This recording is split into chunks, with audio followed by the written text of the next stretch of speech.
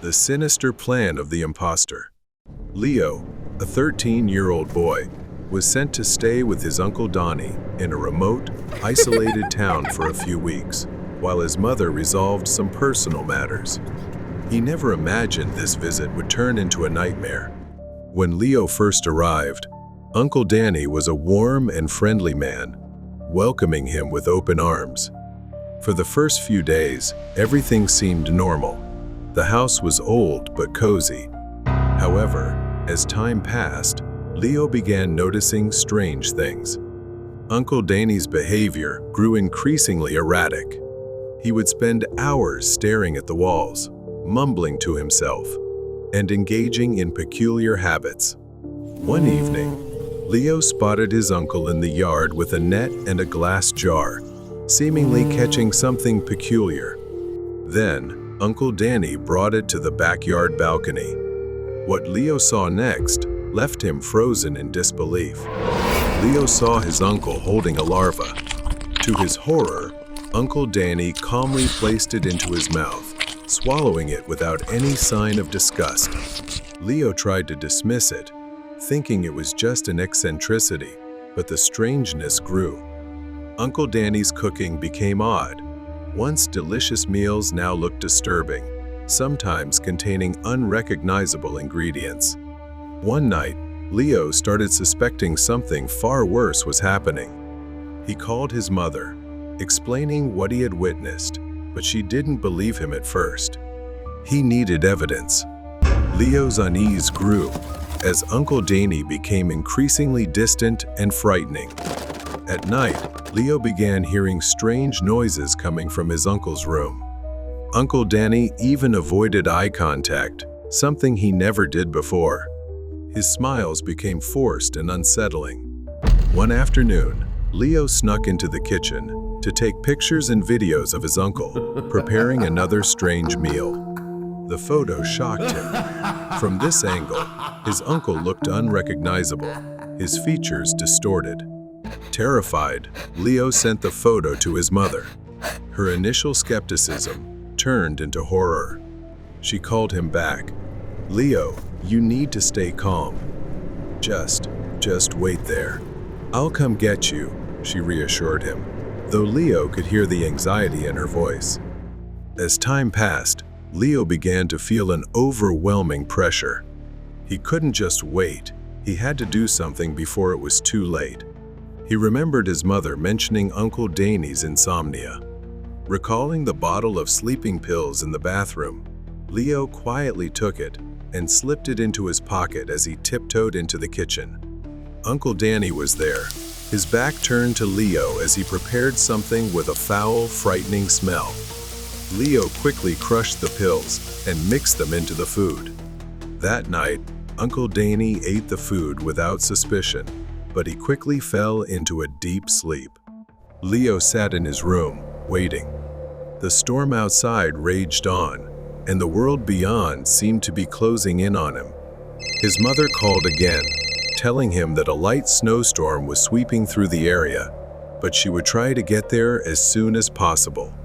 Time was running out. Hours passed. Leo couldn't take it anymore. He had to ensure his mother would arrive. He went downstairs, and that's when he saw him again. Uncle Donnie approached Leo in a frightening manner, but Leo smiled, acting as though nothing was wrong. Leo told him his mother was coming to visit, and that she said she was very hungry. He asked if Uncle Danny could help him prepare a meal for her. Leo breathed a sigh of relief when his uncle froze for a moment before smiling and agreeing. It felt like a narrow escape. Leo needed to come up with more ways to stall for time until his mother arrived. The upcoming moments would be a living nightmare. After a while, Uncle Danny went to the back of the house, while the snow outside continued to fall heavily. The ticking of the old clock seemed louder in the silence. Suddenly, the doorbell rang. It was a man standing on the doorstep, his face pale and cold. He introduced himself as being from the town hospital, saying that Uncle Danny hadn't shown up for his volunteer shifts in days and hadn't been heard from. Leo didn't know how to respond, unsure if his suspicions were correct, so he simply said, "Uncle Danny was out." The man left, but Leo's unease continued to grow.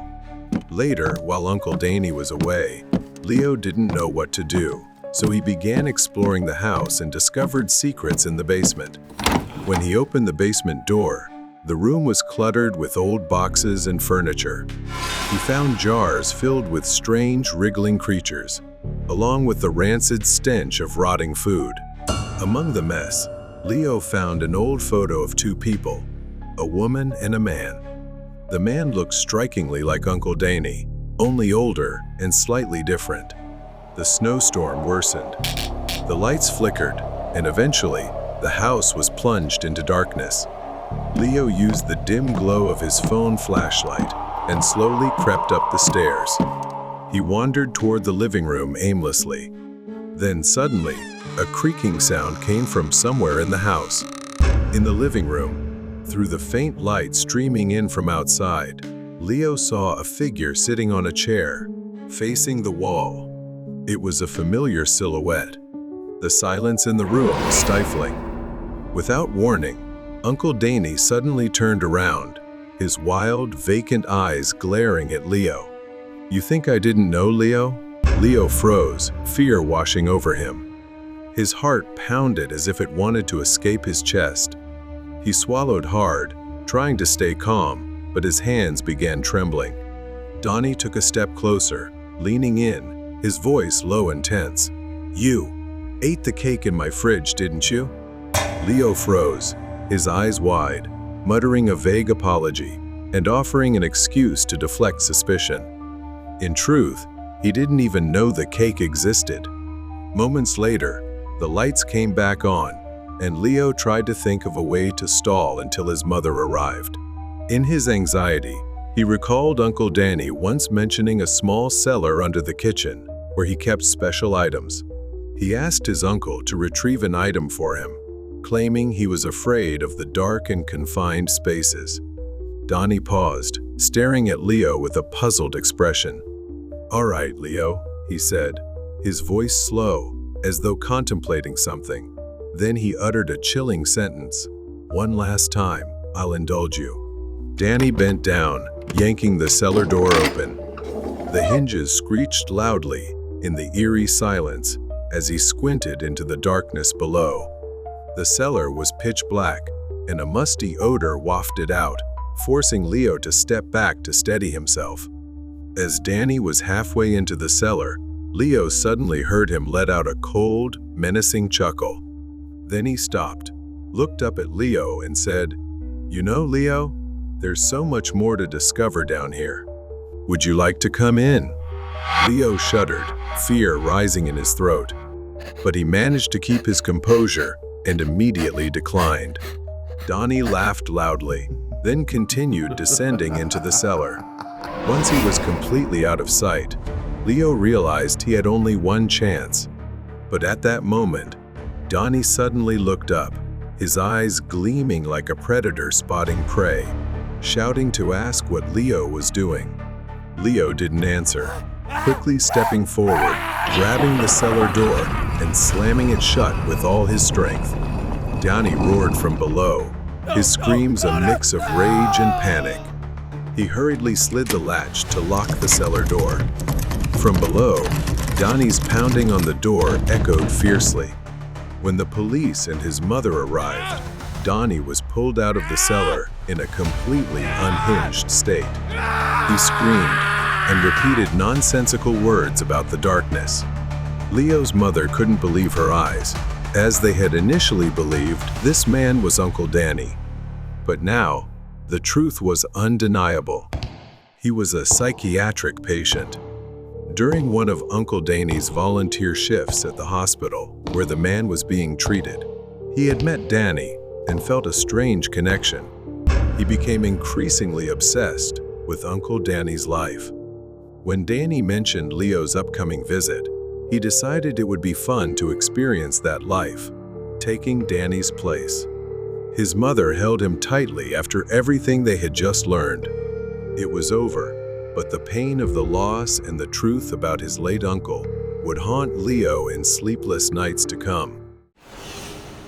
The Hitchhiker's Trap.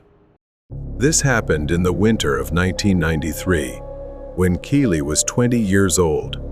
It was 1:30 May, when Keely finished her shift at the factory and stopped at a gas station to fill up her smoking car.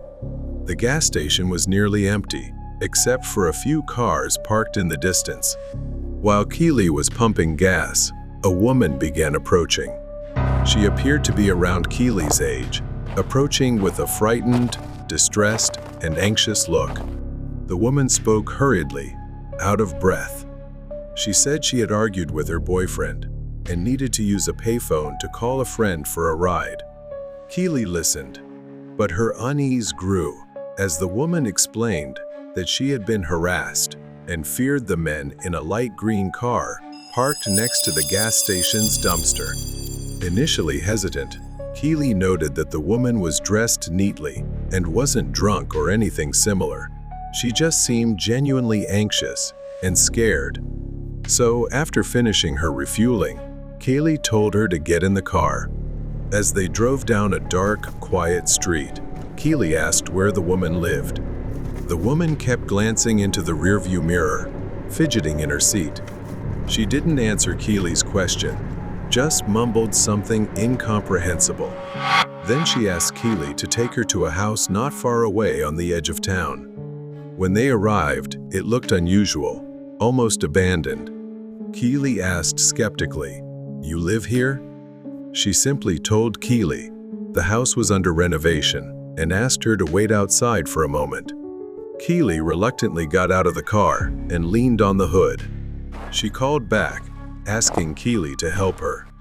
Still trying to make sense of everything, Keely reluctantly agreed and approached the porch. However, as Keely neared the house, a sense of hesitation crept over her. Something about this house, and the woman felt off. Just as she reached out to touch the doorknob, a loud bang erupted behind her. Time seemed to freeze, and she felt a sharp pain at the back of her head. Everything spun as the pain surged, and the next thing she knew, she was collapsing onto the ground in front of the porch. Keely's vision blurred, but she could still see the woman standing over her with a smug smile.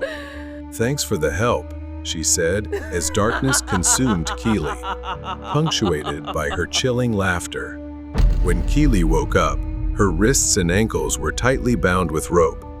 Her head throbbed with pain as she lay on the floor of a dark, filthy room reeking of mildew. Keely didn't dare move, but observed what was happening. The woman sat on a chair not far away, holding up her phone on a video call. "You should mind your own business," she said, not even glancing at Keely. Keely regained her vision and focused on the phone screen. It was a man standing next to a car, the same one she had seen at the gas station. He said he'd pick her up soon to catch more victims. She realized everything from the start had been a trap. Keely struggled against her restraints, her mind racing. She knew she had to act fast. Despite the pain, Keely, being the only woman at the plastic factory, had learned to handle such situations. She relied on her experience to quietly inspect and work on her restraints. Finally, the rope loosened slightly, but the woman began approaching Keely, so she decided to stay still, pretending nothing was amiss. When the woman seemed to sense something, she moved closer to Keely. The moment arrived, Keely sprang up, elbowing her in the face. She turned and kicked the woman hard with her bound feet, causing her to stumble painfully to the ground. That gave Keely the chance to free her legs and run outside. Keely dashed outside and got into her car. As she frantically started the engine, the woman suddenly appeared with a menacing smile. Somehow, she had gotten into Keely's car. "Mind giving me a ride?" Just as the car started, the woman, not wearing her seatbelt, was thrown forward as Keely hit the accelerator. Keely pushed the woman out of the car and drove off, calling the police to have them arrested. When Keely finally got home, she told her sister about the harrowing encounter. While relieved that Keely was safe, her sister scolded her for not going to the police immediately. After a few days of investigation, the police arrested the two criminals. Keely couldn't believe what had happened, but at least she had survived. And she learned a terrifying lesson about the hidden dangers in seemingly harmless situations. Nightmare with the delivery person. I am one of those people who hates ordering food over the phone. My kids always criticize me and call me old-fashioned because rain, thunder, or snow, whenever we order food, I always drive straight to the restaurant. What they don't know is that this isn't just a whim. It's a story that's not exactly a pleasant one. I was 12 years old, and it was one of the first times I was allowed to stay home alone. My parents had gone to a friend's party a few blocks away and decided I was old enough to take care of myself. I was thrilled because I could stay home alone and sleep whenever I wanted. That night, I was allowed to order a pizza by myself. At first, my parents waited for the delivery guy, but he was taking too long, so they had to leave. Seeing how excited I was, they left me some money and headed out. As soon as they left, I turned on the TV and cranked up the volume. I knew it would be a long night, so I took the dog out to the backyard. After my parents left, he finally arrived, very late. I heard the sound of a motorcycle stopping outside my house. I stood up and walked toward the door. Maybe the pizza guy had finally arrived. I opened the door and saw a tall, skinny man with a scruffy, bushy beard holding a pizza box. He looked at me with a strange, almost unsettling expression. At that moment, I was hungry and feeling a little uneasy, so I said, "You're late." The man stared at me and said, "Hey kid, what's your problem?" I started to feel weird about his behavior. He seemed almost angry, and his body language became more aggressive. At that moment, I got scared and just wanted to avoid anything bad happening. I quickly handed him the money and grabbed the pizza box from his hands. I apologized and quickly closed the door. I was so scared I nearly slammed it shut. But it didn't stop there. Things got worse. He didn't leave but stood there, almost shouting through the front door. "Hey kid, what are you doing? I haven't even counted the money." All the money is there. I cried and apologized. At that point, I just begged him to leave and take all the money. There was silence for a moment, but then the man started yelling again, demanding a tip. He lost control, banging on the door with his fists and kicking it when I didn't respond. After a few seconds, just as suddenly as it started, he seemed to get bored and left. My first instinct was to slowly creep toward the door and peek out the nearby window to check if he was really gone. But as I did so, his face suddenly appeared right in front of me, twisted into a crooked smile, and in his hand, he was holding something. When I realized he was holding a baseball bat, I panicked, frantically hiding under the bed, hoping he wouldn't find me. Meanwhile, he pounded on the door with the baseball bat, and after a few strikes at the lock, the door burst open and he entered my house. He went straight to the wardrobe, where I almost hid, and began smashing it violently. If I had hidden there, my entire body would have been destroyed. He left the room and headed straight for the backyard, suspecting I might escape there. My dog immediately attacked him, but at that moment, I heard my dog whimper. I realized something had happened to him, and I couldn't hold back the overwhelming sadness. He moved like a shadow, storming toward where I was hiding, his face twisted in anger. "Where are you, kid? I know you're hiding somewhere." He yanked the mattress away and began smashing the bed with the bat, as if trying to break the wood and leave me trapped beneath the wreckage. The wood of the bed began to splinter, and the shards dug into my skin. All I could do was scream for help. As if answering my prayers, two of my neighbors burst in from behind and tackled him to the floor. He quickly got back up, grabbing the bat and trying to swing at them, but one of the neighbors managed to wrestle it away. Then he fled immediately. Suddenly, everything went white and I passed out. When I woke up, I found myself in the hospital. My parents were crying in front of me, saying I was lucky to have only minor injuries. I accidentally overheard my parents talking about the man. He had been a convict with a history of violence, and that night, he had fought with a couple and argued with his boss. In the years that followed, I never ordered delivery again after what happened. The terror on Christmas Eve. This incident happened on Christmas Eve, the year Lena was 13. Since she only lived with her dad, and her family usually either didn't celebrate or celebrated Christmas late, she was used to this. For Lena, Christmas Eve was just like any other night. Her dad was a doctor, so he always had to be on call at the hospital during Christmas holidays. That night was no exception. He wasn't home. Lena was watching TV when she heard a knock at the door, so she went to see who it was. Her front door had a peephole, making it easy to see who was outside. A man stood outside wearing a Santa Claus suit, holding a bag and smiling, waving at Lena to open the door. But something about him seemed off. He didn't look neat at all. Lena approached the door, but didn't open it. She found it odd that someone dressed as Santa Claus would come to her house, of all the houses in the neighborhood. He said, "Hey kid, it's me, Santa Claus. Let me in, and I'll show you." Maybe other kids would believe him, but Lena knew he wasn't real. Confused and skeptical, because this had never happened before, Lena refused to open the door. The man insisted, saying he had changed the rules this year to give gifts to kids in the neighborhood. But Lena didn't believe him. Instead, she remembered feeling angry while arguing with him. Lena told him she was calling the police. His smile disappeared, and after that, she didn't hear anything else. To be sure, Lena called the police to report him.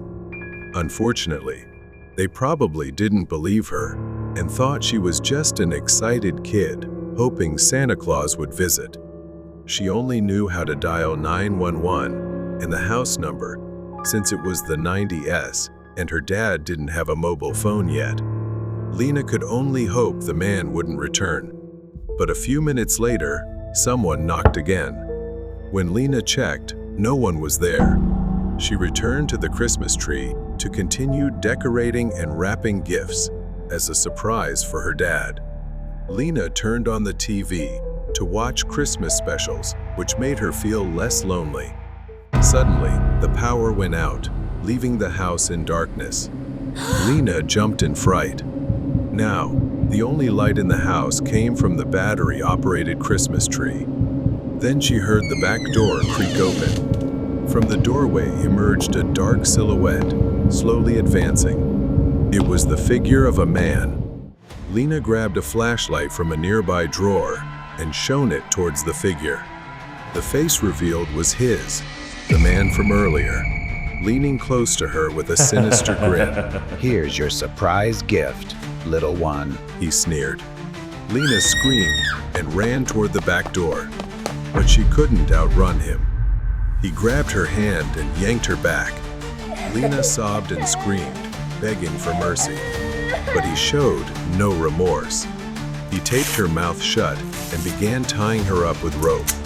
As her vision blurred, he stuffed her into a large sack he had brought with him and hoisted it over his shoulder. Lena's next-door neighbor, who was walking his dog, happened to see the man. His actions seemed suspicious. The neighbor remembered that Lena lived alone with her father, who was often away, and her father had occasionally asked him to check on her. He cautiously approached with his dog and asked, "What are you doing out here at this hour? Is everything okay?" The man, startled, quickly forced a smile and replied, "Oh, I'm just preparing a surprise for the kids in the neighborhood. The man hurriedly hid the sack behind his back, stepping away as his eyes darted around. His strange behavior only heightened the neighbor's suspicions. His dog kept barking, as if trying to warn him of something. It was a smart dog, good at sensing trouble. The neighbor noticed the sack behind the man seemed to be moving slightly. Sensing the man was odd, the neighbor remained cautious. He apologized for bothering him and pretended to head back toward his house. He then heard a faint sound resembling crying and immediately knew something was wrong. Without thinking, he rushed toward the man and shoved him hard, causing him to fall onto the grass. The sack fell, and Lena tumbled out onto the grass, her eyes wide with terror. The man tried to flee, but the neighbor quickly pinned him to the ground and held him there until the police arrived. The man remained on the ground, handcuffed and arrested. Lena was safely escorted back home by her neighbor. Her father returned home immediately after hearing the news. That night, Lena learned the true meaning of fear. She hugged her father tightly, knowing she was lucky to have survived a terrifying Christmas Eve. The Madman at the Cinema. On a cold evening, Beth stood in the staff room, scrolling through her phone as the night shift neared its end. It was a late shift, one of those nights that seemed to stretch on forever. It was a small, slightly run-down cinema with just one screen. Snow was falling heavier outside, and she was eager to get home after a long night of cleaning. As she texted her mother to let her know she was okay, the door creaked open, and her manager, Mr. Miller, walked in. Mr. Miller spoke in his usual tone. Don't forget to lock the back door after you're done. I'll have William pick up the keys for tomorrow's shift. Also, check if the toilet's leaking before you leave. Beth sighed, not thrilled about the last-minute request. She nodded and bid her manager goodbye before he left her to finish her tasks. Beth worked as part of the cleaning crew, but the cinema felt eerily empty after the final screening ended. As Beth walked down the rows of seats, sweeping up popcorn and other debris, a chill ran down her spine. Something about the atmosphere tonight felt different, though she couldn't put her finger on it. Beth's phone buzzed, and she picked it up. It was her mom, worried about her working the night shift again, and saying it wasn't safe. Beth began reassuring her. Beth hung up. With a sigh, she turned on some music on her phone and placed it on one of the red seats in the theater as she continued cleaning. Suddenly, she heard a noise, a faint sound, almost like glass shattering. It came from the emergency exit. Beth called out, Who's there? but no one answered. She stopped the music and started toward the emergency exit, which opened to reveal a long hallway with flickering lights. Is anyone out there? Hello? She continued walking, then froze in front of a shattered window. Glass lay scattered on the floor, along with a large rock that someone had likely thrown from outside. She wasn't alone. Beth instinctively reached into her pocket for her phone, but then she remembered it was still on the seat in the theater. She hesitated. Should she go back for it? But things were becoming more complicated. Without wasting another second, Beth hurried back to the theater. As she rounded the corner, Beth froze. Standing at the end of the hallway was a shadowy figure. He had his back to her, swaying unnaturally, like someone who had lost control. His clothes were disheveled, and his hair was a mess. Beth tried to quietly sneak away, but then he turned around, her stomach sinking as she froze in place. The light illuminated his horrifying face. He wore a sinister grin, like a grotesque mask, a mix of burns and hollow, bloodshot, crazed eyes. As she faced him, he revealed his dark intentions, saying, I've been waiting for you. I will have you. Beth stumbled back toward the theater as the man began chasing her, laughing and running like a madman. When she reached the seat where her phone lay, She grabbed it and ran deeper into the theater, hiding behind the rows of seats. Her hand reached for a mop nearby, ready to defend herself. Beth tried to call the police, but before she could speak, the emergency exit door burst open, and the man lunged in with a chilling, raspy laugh. She dared not breathe or move, but then she felt breathing above her head, freezing her in place. He suddenly appeared behind the seat, laughing in amusement. You can't hide forever, Beth. I can hear your little heart racing. Terrified, Beth ran, instinctively grabbing anything she could and hurling it at him to slow him down, throwing him off balance. Beth quietly crawled under the seats, making her way toward the exit. She was almost there and bolted for the door, but he noticed her movement at the last second and lunged at her. His icy hand grabbed Beth's hair. He yanked her back violently, causing her immense pain. Beth screamed, kicking with all her strength. Desperation surged within her as she grabbed a sharp piece of debris. She stabbed his hand, leaving a deep gash. He howled in pain, letting her go just long enough for Beth to get up and run toward the exit.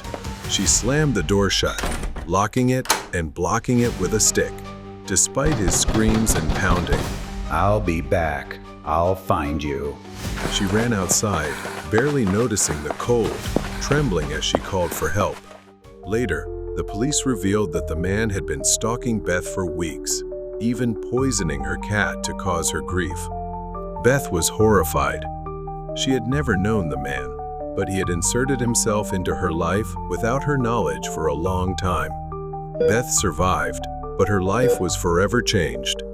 She was in shock, undergoing therapy, and eventually moved in with her sister. The obsession with the forgotten hospital.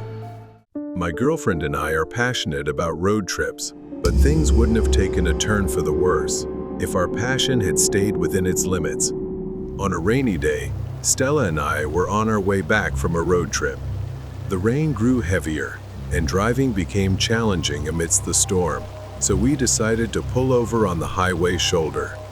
I worried that waiting on the highway during a storm wasn't a safe choice.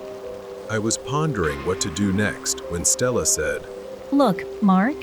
"There's a building at the left, turn up ahead." I followed her gaze and saw a structure peeking out from behind the trees at some distance. Stella said, Let's go there. We might find shelter for the night. At the time, it seemed like a good idea. I realized it was an abandoned hospital. We got out of the car and ran inside. The large glass door at the entrance was shattered. As we stepped into the hospital, I realized no one had been here in ages. Furniture was broken, and shards of glass were scattered everywhere. Rain seeped through the damp ceiling and dripped onto the floor. The sound of water droplets mixed with the creak of rust. The wind howled through broken windows, creating an eerie atmosphere. Stella whispered, "This feels like an adventure." Stella was a horror writer, so an eerie setting like this excited her. We'd explored many abandoned places for her creative inspiration. I chuckled and said, "Let's look around. Who knows, you might find a story here." If I'd known my joke would turn into a nightmare, I would have left right then. Stella and I began exploring the place, turning on our phone flashlights. To the left was a hallway, lined with several rooms. We entered the hallway and opened the first room. Inside was an old, dirty bed. Near the bed were a table and a chair. What caught my attention was the safety straps attached to the bed handles. I'd never seen hospital beds this strange before. Most of the rooms were like this. After a while, Stella grew bored and said there was nothing to see here and suggested going upstairs. We climbed the stairs, cobwebs and dust everywhere. The hallway upstairs was littered with broken glass and damp clothes scattered everywhere. When I shone my flashlight on the walls, I saw disturbing drawings, demonic faces etched onto the walls. Someone had even written, "You will not escape." I felt uneasy seeing all this and told Stella, maybe we should wait in the car. The rain will stop eventually. Stella teased and mocked me. At the end of the hallway, there was a large door with the words "Surgery Department" on it. Stella was looking at the graffiti on the wall. I asked her, "What do you think happened here?" Stella smiled and said it was just a surgery room. I pushed the door open with annoyance, and with a terrible creaking sound, it opened. I've never seen such a strange operating table before. It looked more like a stretcher, but it had handcuffs and leather straps. Stella's face went pale as she examined all of it with a genuinely terrified expression. I approached the operating table. There were surgical tools lying on it. These tools looked quite different. Scalpels resembled small saws, and there was also a drill. I picked it up and examined it. I told Stella and wondered aloud what this tool was used for. Stella looked at it with frightened eyes and said she didn't think this was a normal hospital. She explained it used to be an asylum. That's why there were leather straps and handcuffs on all the beds in the rooms. Before I could process it, my eyes were drawn to the tip of the drill in my hand. Something dark was dried and speckled on its edge. I shone the light on it and was horrified to realize it looked like dried blood. There was something like a freezer. Stella rushed over and opened it. She started screaming. A horrifying sight lay before us. Inside were numerous jars, emitting a foul stench. They contained ears, noses, and other unidentifiable parts. We couldn't believe our eyes that patients were treated in such grotesque ways. Then I saw one jar. It resembled a model of a human head with its eyes closed. But what happened next still chills me to this day. As we stared at it, it suddenly opened its eyes. We stumbled back, terrified, and began running for our lives. When I looked back, I saw a dark figure chasing us. Sprinting forward, we could hear the screams of hundreds of voices emanating from the asylum, crying out in agony. Stella and I bolted out of the asylum and jumped into the car. Without a second thought, I slammed the gas pedal so hard the car screeched. Somehow, we were lucky to have survived. Stella later researched the abandoned asylum. She discovered that it once housed insane criminals and intellectually disabled individuals, but the doctors running it would often torture them and conduct inhumane experiments on them. After a series of protests, the asylum was shut down, and all records were erased. Locals feared the place, even during the day. They believed the countless souls of the tormented patients still haunted the site. The deadly delivery. Have you ever felt like this might be the moment you die? If not, consider yourself lucky, because that's exactly what happened to me last week. I work at a local pizza shop. My job involves taking orders and delivering pizzas to customers during the night. I've always worked night shifts and never had any issues until last week. I was standing near the counter when the shop phone rang. The man on the line ordered 2 large pizzas and gave an address to a house on the outskirts of town.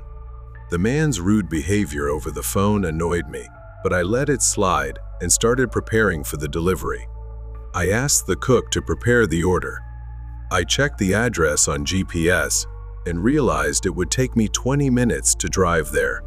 I was driving through small towns. It was 10 p.m., so the streets were completely deserted. I spotted a house at the end of the street and realized it was the location. I parked near the house and stepped out. The house looked quite abandoned, as if no one lived there. I walked to the front door and knocked. I heard the door creak open after a few seconds. A rough-looking, angry man with a scruffy beard stood in the doorway. His eyes were bloodshot, and he reeked of alcohol. He asked, "What do you want?" I realized this was the same guy who had insulted me over the phone. I calmly said, "Here's your pizza," and handed him the boxes. The man eyed me up and down before paying me and slamming the door in my face. I walked back to my car and was about to start the engine when a sound caught my ear. It took me a moment to realize what it was. I strained to listen carefully and realized it was the sobbing of a little girl. I looked around but saw no one. Then I realized the crying was coming from the house I had just delivered the pizzas to. At first, I thought it might be his daughter. It could have been a private family matter, but there was something in the girl's cries, like she was begging me not to leave. I slowly got out of my car and tiptoed closer to the front door, trying to listen to the sounds coming from the house. The girl's sobbing continued, but this time I heard two more voices. I heard two men speaking in hushed tones, their voices raspy, though I could almost make out everything they said. The angry drunk man was yelling at another man, "I told you to shut the girl's mouth tightly." The other man replied, "I did, but she won't stop sobbing." They argued, their voices filled with profanity. The girl's sobbing grew louder. There was a small window on the porch. I slowly peeked inside, and what I saw terrified me. A little girl lay on a dusty mattress on the floor, her hands and feet bound, her mouth taped shut, her wide eyes filled with terror. The entire situation became clear to me. They were kidnappers, and this little girl was their captive. The house was likely abandoned, which is why they chose it as their hideout. I got back into my car, honestly terrified, and thought about just leaving. I figured it was better to let the police handle it, but I realized how dangerous it would be to leave the girl there. So, I called 911. The nearest station said they'd arrive in about 20 minutes. I stepped out and began moving toward the back of the house. When I reached the back door, I saw the two men heading upstairs, leaving the girl on the floor. I told myself this was my only chance. Luckily, the back door had a small pet flap. I reached through and turned the knob. Slowly, the door opened. The men were still arguing upstairs. I quietly made my way into the living room. I reached the girl. At first, she was terrified, but I reassured her, gesturing for silence and whispering that I was there to help her escape. I told her the police were on their way. She nodded tearfully. I started untying her, but suddenly I heard hurried footsteps. It was one of them. I immediately picked the girl up and began running toward the door. The bastard pulled out a large knife and chased us. As I neared the exit, he stabbed me in the leg. I screamed in pain, but I couldn't stop. The girl began crying and screaming in fear when she saw blood pouring from my leg. I held her tightly and ran as fast as I could. The streets were empty, and the next house was far away. I knew I couldn't make it that far. I prayed to God, begging for the police to arrive before they caught us. My hope of survival was slipping as I began to lose consciousness, but then I saw red and blue lights coming toward us. The sound of sirens made me breathe a sigh of relief. I passed out. I spent a week in the hospital. The police reunited the girl with her parents and arrested the kidnappers. The doctor told me I might have a limp for the rest of my life, but when the little girl visited me in the hospital, her smile and the happy tears on her parents' faces made every bit of pain worth it. I was happy to have saved a child's life that night, delivering pizza. The impersonator of the babysitter. Dylan was home alone, sitting on the couch in the living room, when his mom walked in with Joshua, a thin man who looked nervous. He was 12 years old and believed he was old enough to stay home alone, but his parents insisted on hiring a babysitter. Dylan immediately disliked Joshua, calling him a clumsy loser, a nerd in his head. Joshua tried to be friendly, but his anxiety was clear. His mom handed over the rules for the evening. Joshua had to make sure Dylan ate, didn't stay up too late, and didn't watch horror movies. But Dylan was determined to make everything difficult. He rolled his eyes and agreed reluctantly. Once they left, Dylan turned on a horror movie with gory scenes, deliberately trying to make Joshua uncomfortable. He enjoyed watching Joshua jump at every scare, his face growing paler with each moment. Dylan started suggesting Joshua order a pizza. He almost ran into the kitchen to get away from the TV screen, and Dylan couldn't stop laughing. While he was on the phone ordering, a new, wicked idea popped into Dylan's head. After a while, they got their pizza. But as Dylan observed, something was off in Joshua's behavior.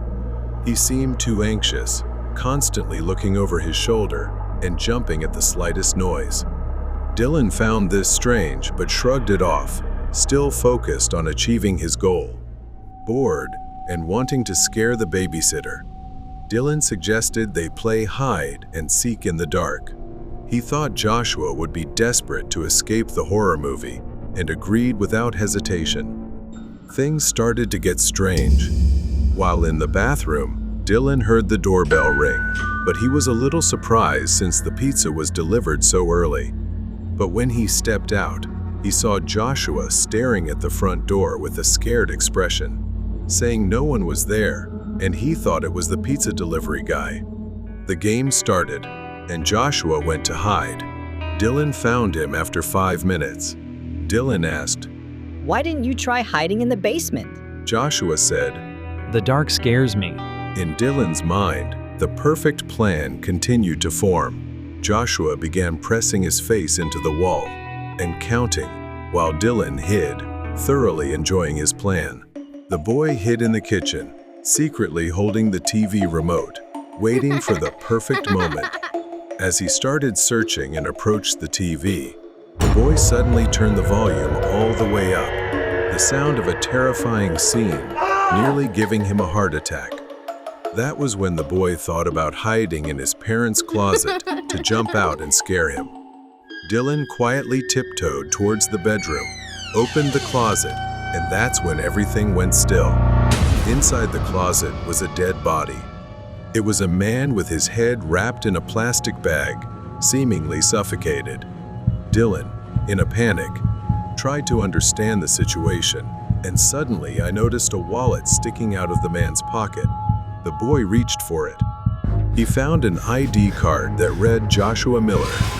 If his babysitter, Joshua Miller, was dead in the closet, then the boy had no idea who he was playing hide and seek with. There was a killer in his house. He quickly ran under the bed, trying to steady his breath so the man wouldn't hear him breathing.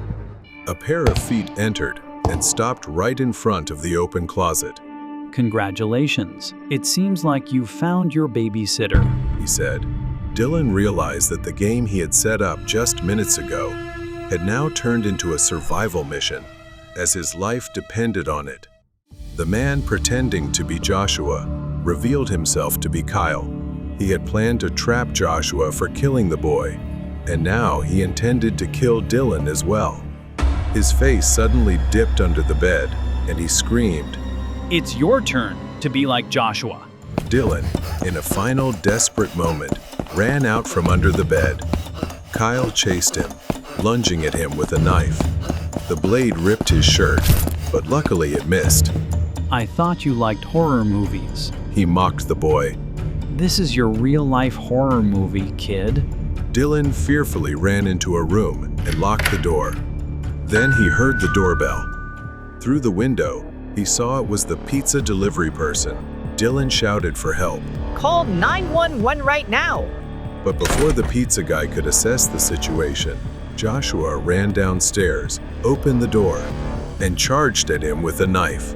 The pizza guy was stronger. After a struggle, he managed to pin Kyle down and snatched the knife from his hand. Kyle was convicted of murder. Dylan's parents rushed home after being contacted by the police. They were also grateful and gave the pizza guy a sum of money to thank him for saving the boy. Dylan's parents never left him alone with anyone again. Whenever they had to go out, he stayed with his grandmother. they would never hire a babysitter again.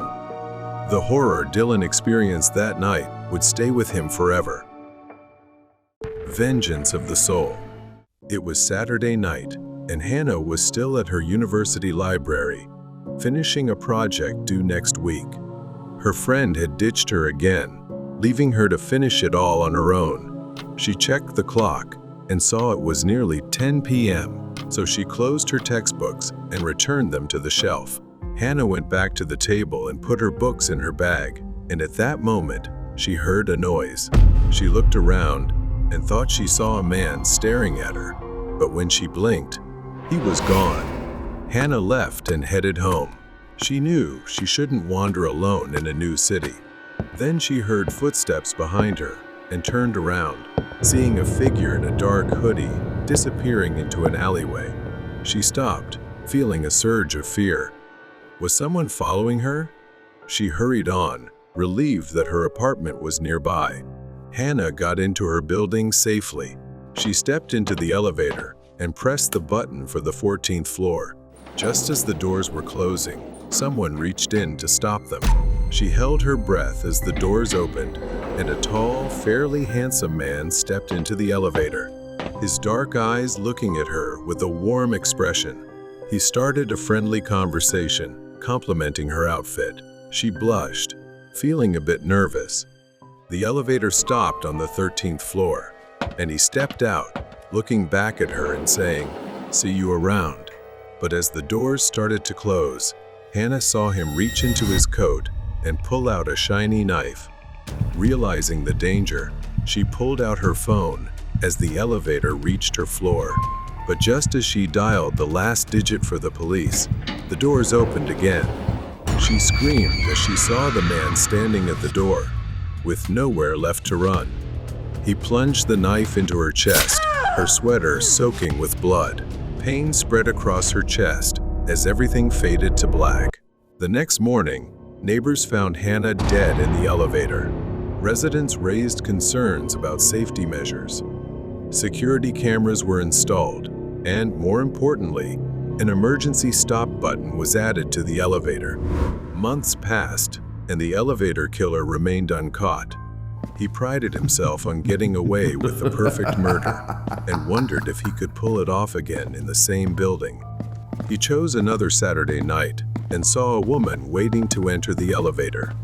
He stood behind her, ensuring the guard was still distracted by his game on his phone.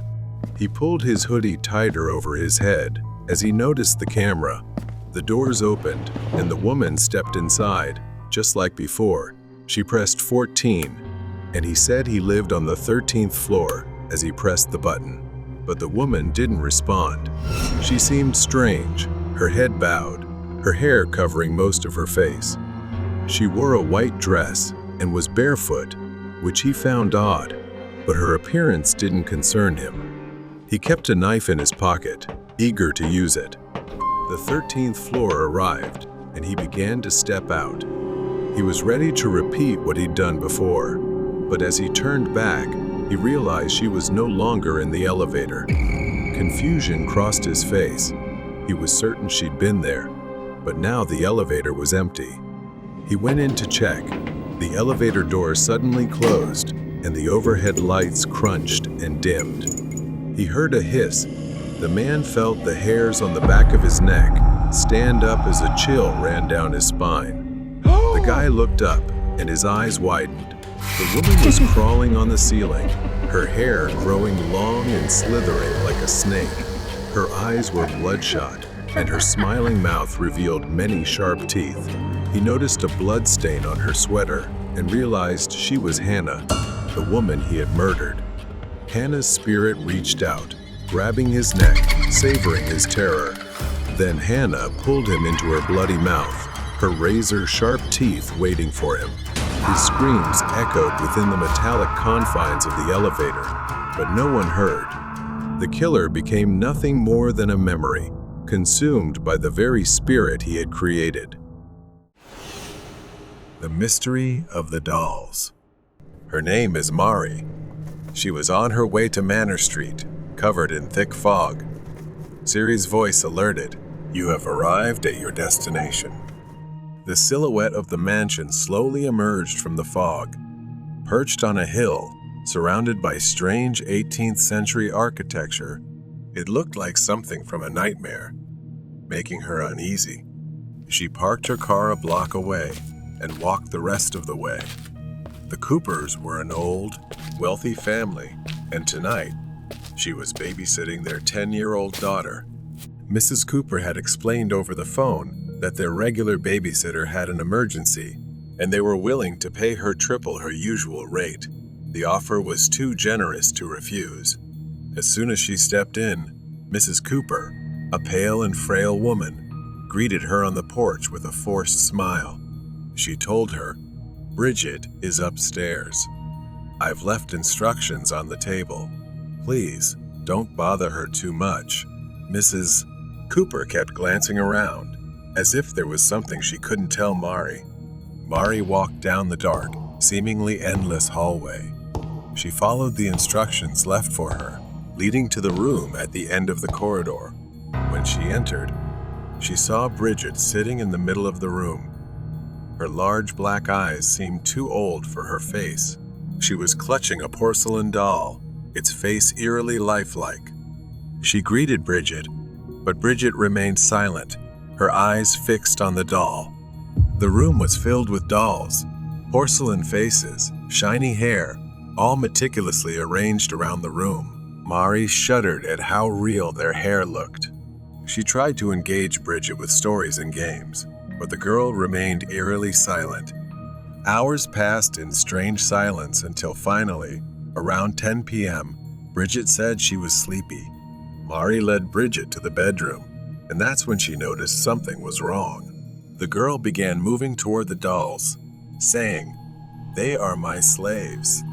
She could hardly believe her ears. She never expected something like that to come from a child. She knew she needed to keep a closer eye on the girl. By 2 a.m., she had dozed off on the couch. A sudden noise startled her awake.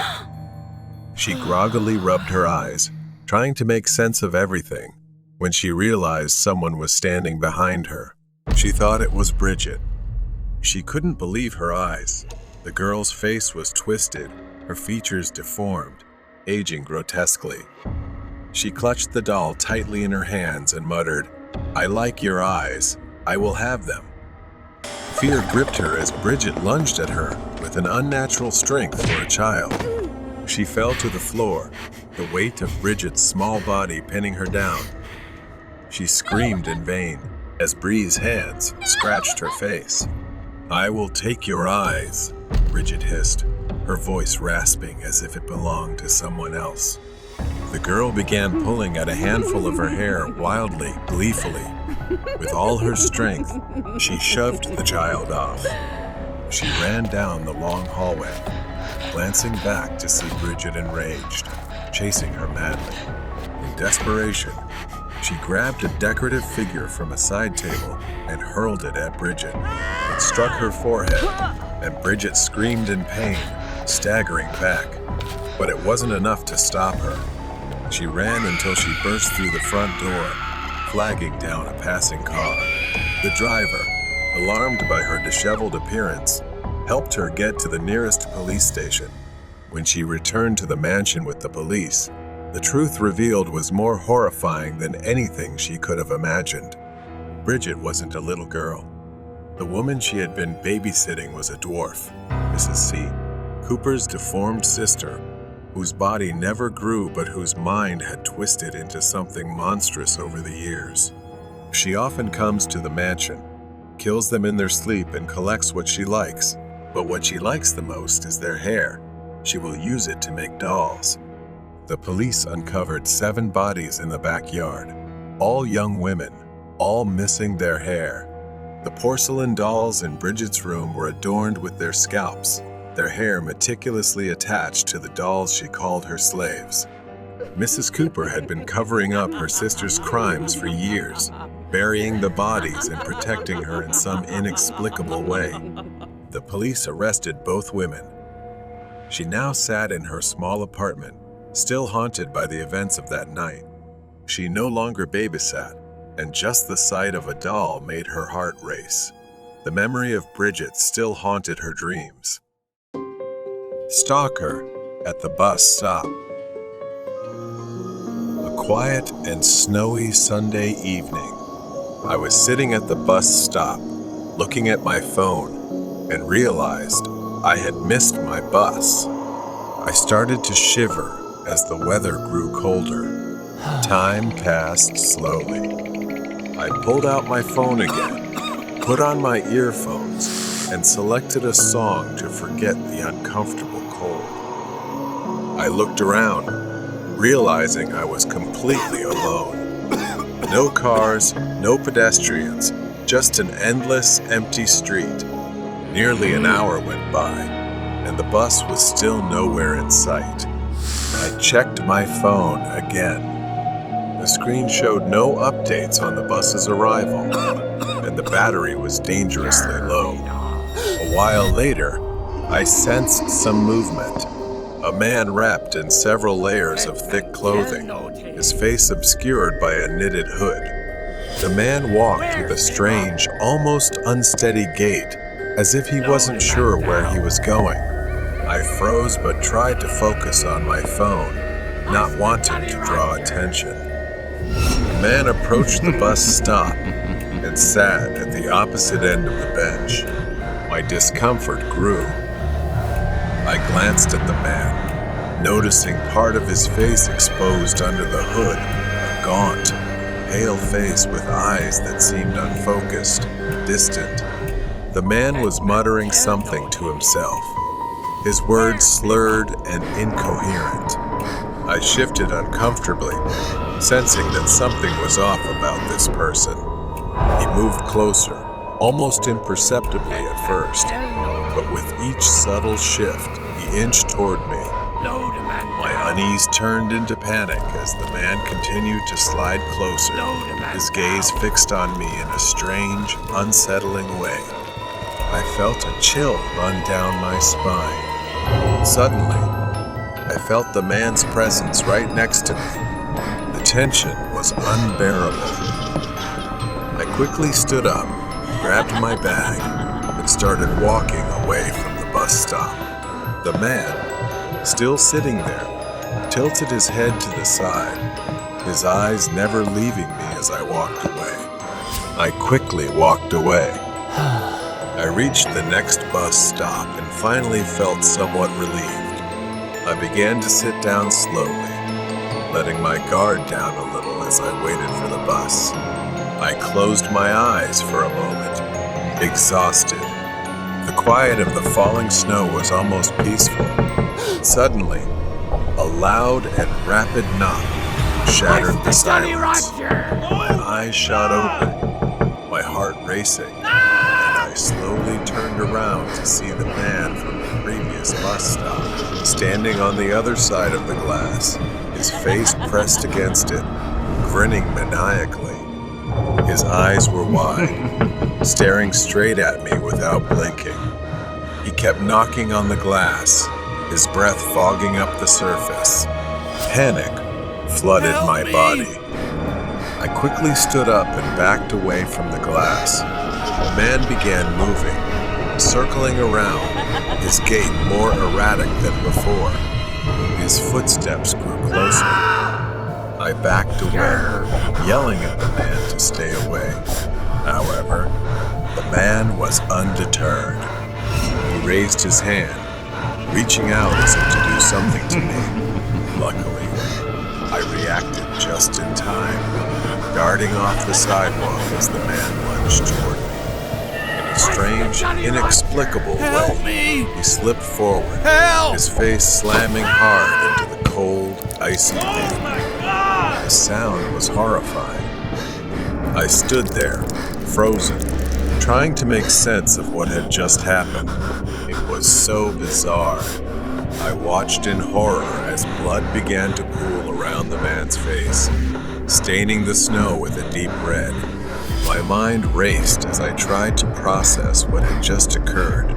I crouched down, attempting to get a response from him, but there was none. I sat down on the curb, my hands trembling as I pulled out my phone and called for help. The snow continued to fall, turning this bus stop into a place of horror and dread for me. The flashing lights of the ambulance and police car pierced through the night. Paramedics rushed to the man's side, but it was clear that something was very wrong with him. As the paramedics searched the man's belongings, they found a photograph in his wallet, a picture of the man with a boy who looked eerily similar to me. The police explained that the man had been on prescription drugs after losing his son, and his mental state had deteriorated ever since. I realized, with disbelief, that the man may have mistaken me for his lost son. A few days later, I took my driving test.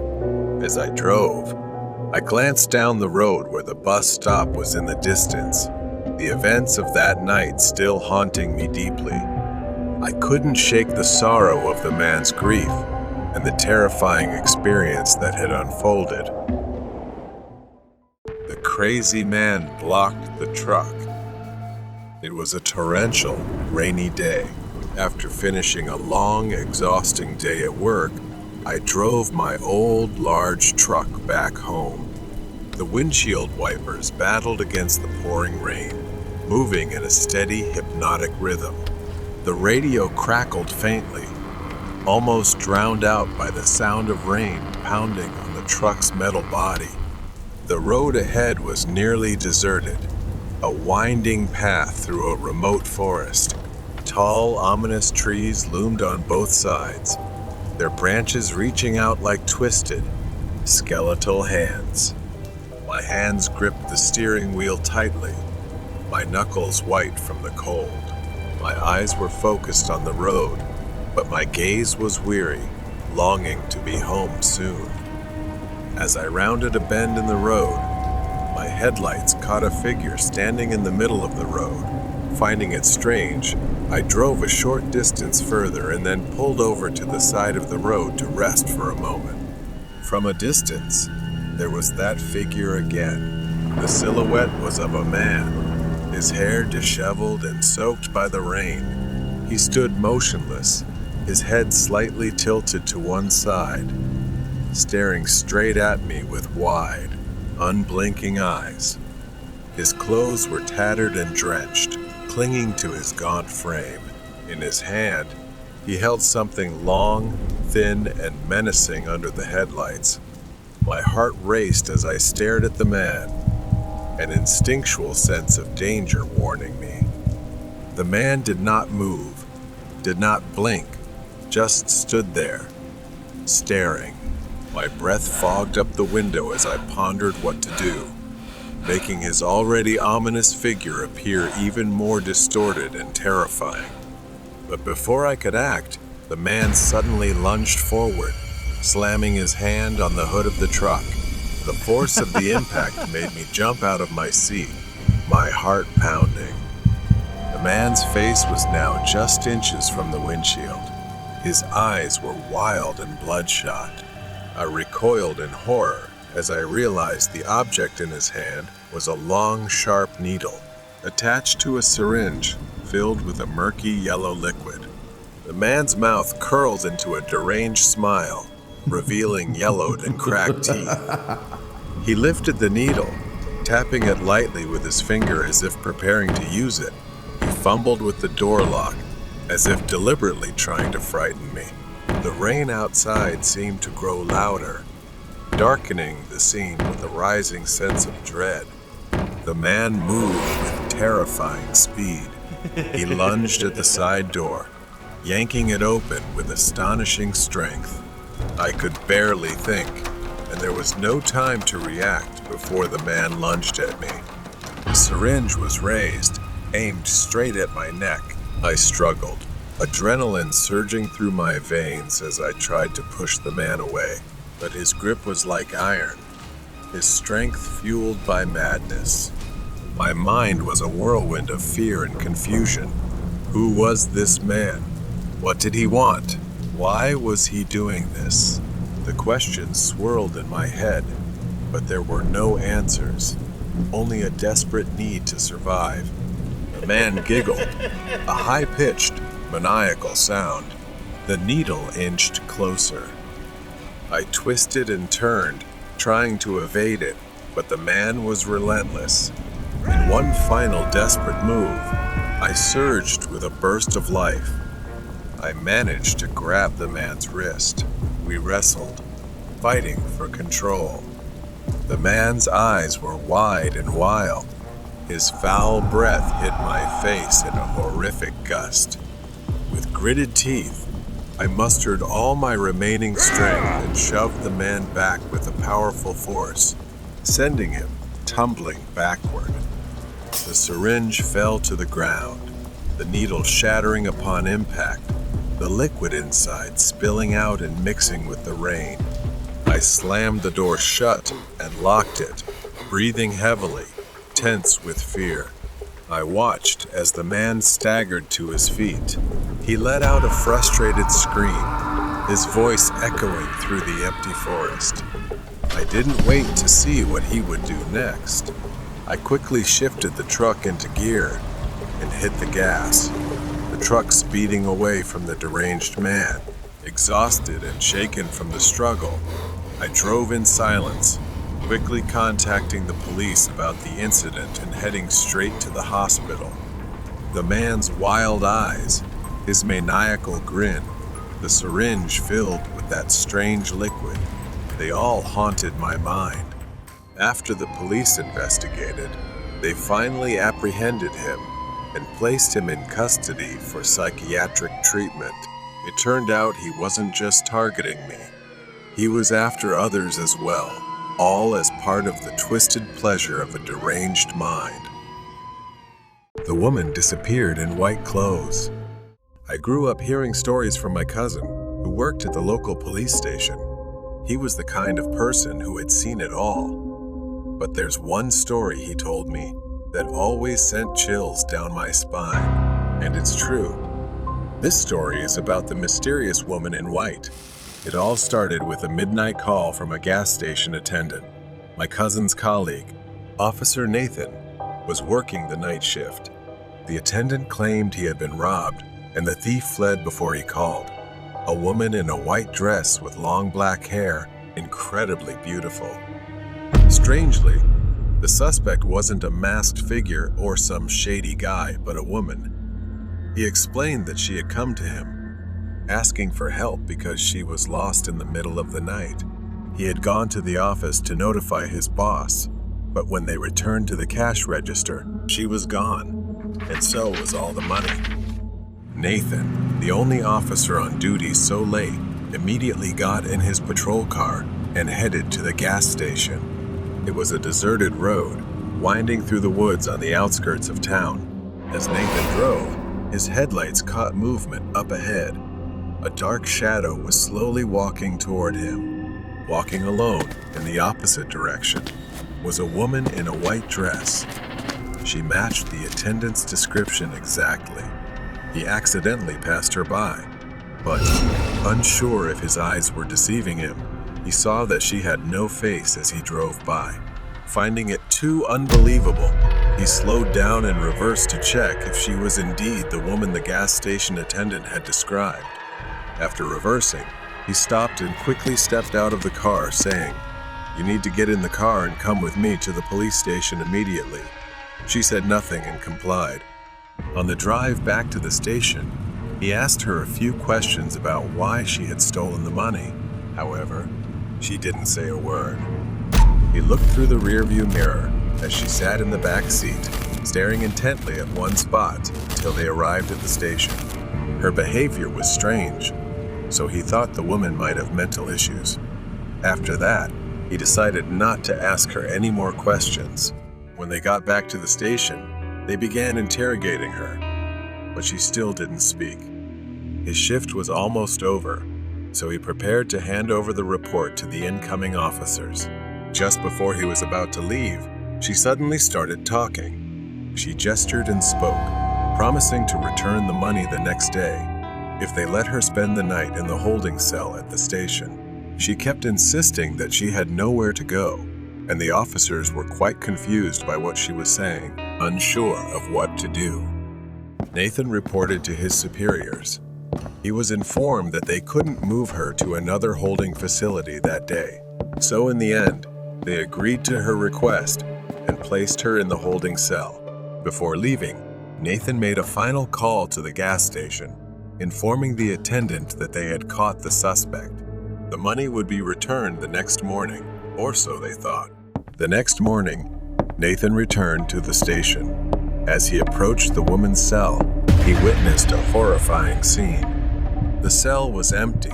The woman they had arrested the night before was gone, except for the crumpled body of a man, her cellmate. His face was shredded with deep scratches, his wide eyes frozen in terror, and his body was pinned to the wall with nails driven into the flesh. Scattered around him were bills, and a few banknotes that hadn't been found the day before were stuffed into his pockets. Worse still, scrawled in blood on the wall beside his body were the words, "I have paid the debt." Nathan frantically searched the area. Even more terrifying was that she had completely vanished. No one heard or saw anything. The cameras? They hadn't captured any footage of her entering or leaving the cell. She had disappeared without a trace. A thorough search was conducted. The surrounding area was combed, and every possible lead was followed. But the woman in white was never found. She simply vanished, like a ghost fading into the darkness. Even to this day, no one knows who or what she was, but the officers present that night remain haunted by the incident. That's the whole story my cousin told me. I sat and listened, and I could still see the fear in his eyes when he spoke about her. The question that always haunted me was how she managed to escape from the cell. Was she human, or something far worse? The strangest part is that she evaded all the surveillance cameras. After countless investigations, they still don't know what happened that night or where she went. Escape your pursuer at Dunkin' Donuts. Isa worked the night shift at her uncle's Dunkin' Donuts, a small, quiet spot off a lonely highway, struggling with boredom as a violent storm raged outside. Her phone battery died, flickering before finally shutting off. With a sigh, she plugged it into the charger. The empty Dunkin' Donuts felt eerily quiet. Feeling sleepiness creeping in from the stillness of the night shift, Isa got up and headed to the back to make herself a cup of coffee. Trying to stay alert, Isa sat at the corner table, sipping her coffee. The sound of the storm seemed to press in from all directions, making her feel unusually uneasy in the empty store. Just as she took another sip, the power went out, plunging the store into darkness. The bell above the door rang, signaling someone had entered. Isa froze. She wasn't expecting anyone, especially during this storm. Blinking, she slowly moved toward the counter, the only light coming from a nearby candle. As Isa lifted the candle, the pale face of a woman emerged from the shadows. Her hair was disheveled, her pants torn in multiple places, and her shirt dotted with what looked like dried blood. Isa, horrified, exclaimed, "Oh my God, you scared me. What happened to you? Are you okay?" The woman's eyes were wide with fear, an expression haunted and desperate. "Please, She gasped. you have to help me. He's coming. If we don't move fast, he'll kill me."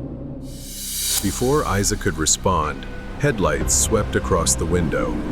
A blue pickup truck pulled into the parking lot. The woman grabbed Isa's arm with surprising strength for someone so frail. We need to hide. Now. Isa led her to the storage room and locked the door. Chaos ensued as the front door of the store opened again, this time revealing a man in his 40s with cold, sharp eyes. Isa forced a smile, trying to stay calm and keep him from suspecting anything. "Good evening. Can I get you something?" The man didn't answer immediately, his eyes darting toward the back room, where the door was slightly ajar. I'm looking for someone. A woman. She came in here, didn't she? Isa shook her head and said it was just her there. Isa was on high alert. The man kept his hand fidgeting in his jacket pocket, as if ready to pull something out at any moment. He seemed unconvinced and stepped closer to the counter, his cold, calculating eyes fixed on her. Are you sure? Things felt wrong. Before Isa could respond, the backroom door burst open. The woman dashed out, holding a fire extinguisher. Run! She shouted as she sprayed water into his face, then unleashed a torrent of foam, forcing the man to stagger back, momentarily blinded. They grabbed a baseball bat from behind the counter and bolted out the back door into the raging storm, disappearing into the pitch-black night. Freezing, they ran toward the woods. The man wasn't far behind, his flashlight beam cutting through the darkness as he shouted threats. Finally, they found an abandoned wooden cabin, dilapidated and isolated, its door hanging loosely on its hinges. They immediately began barricading the door with an old table. What now? Isa whispered. The woman pulled out a small knife from her pocket and told Isa that, if necessary, they would face him. She had been running from him for weeks and decided it was time to stop hiding. He arrived and began pounding on the door, trying to force his way in. Isa and the woman exchanged a look, bracing for whatever would happen next. He burst through the door. The woman charged at him, knocking him off balance. Isa, trembling but determined, swung the baseball bat hard at his head. He collapsed to the floor, dazed. The woman quickly grabbed a rope from the cabin and tied the man up while Isa used his phone to call the police. When the police arrived, they uncovered horrifying evidence in his truck, tools for murder and belongings from previous victims, women he had kidnapped and tortured. As the storm began to dissipate, it was finally over. They turned to each other and smiled. Horror Story Haunted Tracks. The legend of the haunted tracks had always been a topic of eerie fascination in our small town. The story went that, decades ago, a tragic train accident had occurred on the old, abandoned railway line just outside town. Many lives were lost that fateful night, and it was said that the spirits of the victims still lingered, haunting the area. As a skeptic, I never believed in ghosts or haunted places, but that changed one cold winter night. I was driving back home after visiting a friend when a heavy snowstorm hit, making the roads nearly impassable. I decided to take a shortcut through the old railway crossing, hoping to save some time. The wind howled, and snow fell in thick, blinding sheets as I navigated the narrow, winding road. The visibility was almost zero, and I had to slow down to a crawl. As I approached the old crossing, my car suddenly stalled. I tried to restart it, but the engine wouldn't turn over. Frustrated, I got out to check under the hood, the biting cold stinging my face and hands. As I fumbled with the engine, I heard a faint, distant whistle. I froze, remembering the tales of the haunted tracks. The whistle grew louder, and I saw a light piercing through the snowstorm, heading straight toward me. Panic set in as I realized it was an old steam train, barreling down the tracks at an alarming speed. I abandoned my car and tried to run, but the snow was too deep, and I stumbled. As the train approached, I could see it more clearly. A rusted, ancient locomotive, its windows shattered, and the metal twisted and scorched. I braced myself for the impact, but it never came. Instead, the train passed right through me, sending a bone-chilling cold through my body. I turned to see it continue down the tracks, disappearing into the storm. Shaking, I returned to my car and tried the engine again. This time, it roared to life, and I wasted no time getting back on the road, my heart pounding in my chest. When I finally reached home, I was too shaken to sleep. The next day, I told my friend Mark about the experience. Mark, a local history buff, was intrigued and suggested we investigate the site together. Armed with flashlights and a camera, we headed to the old railway crossing that evening. The storm had passed, leaving a calm, clear night. The tracks looked abandoned, covered in snow and rusted with age. As we walked along the line, Mark recounted the details of the accident. A collision between two trains due to a signaling error, killing dozens of passengers. Suddenly, we heard it again, the distant whistle. The air grew colder, and a light appeared down the tracks. We watched in disbelief as the same ghostly train emerged from the darkness, moving silently toward us. Mark, braver than I, stepped forward with his camera, snapping pictures. The train passed through us again, leaving us both shivering and breathless. When we reviewed the photos, we were stunned. In each shot, ghostly figures were visible, faces twisted in pain and fear, hands pressed against the windows as if pleading for help. We had captured the spirits of the victims, forever trapped on their final, tragic journey. The haunted tracks were no longer just a legend. They were a grim reminder of the lives lost and the restless souls that still wandered, seeking peace. I never took that shortcut again, and the memory of that night remained etched in my mind, a chilling testament to the power of the supernatural. Haunting delivery trip. I was working for a food delivery platform on weekends to make some extra money. Between my main job and this side gig, I often felt exhausted. It was past 9 p.m. when I started my shift, picking up small orders and delivering them to random houses. After my first delivery, I drove around the area for a while, waiting for something to come through. 20 minutes passed with nothing. Just as I was about to give up, my phone buzzed with an order for just 1 tacos and a drink. I confirmed the order and headed to the restaurant to pick it up. After grabbing the order, I began the 10-minute drive to the customer's house. It was a normal neighborhood, nothing unusual. As I approached a red light, I noticed a pickup truck stop next to me. Instinctively, I glanced over. The guy in the truck was leaning out of the window, staring straight at my car. I looked away when the light turned green and pressed the gas. I glanced in my rearview mirror. The truck was now in my lane, driving a short distance behind me. As I approached the neighborhood where I was making the delivery, the truck was still behind me. Was he following me? The route was mostly straight, so I wasn't sure if he was just heading in the same direction. I tried to stay calm, but the moment I turned into the neighborhood, I knew. The pickup truck turned in too. Maybe he lived here, I thought. I continued driving through the quiet suburban streets, following the GPS until I reached the final road, a dead end.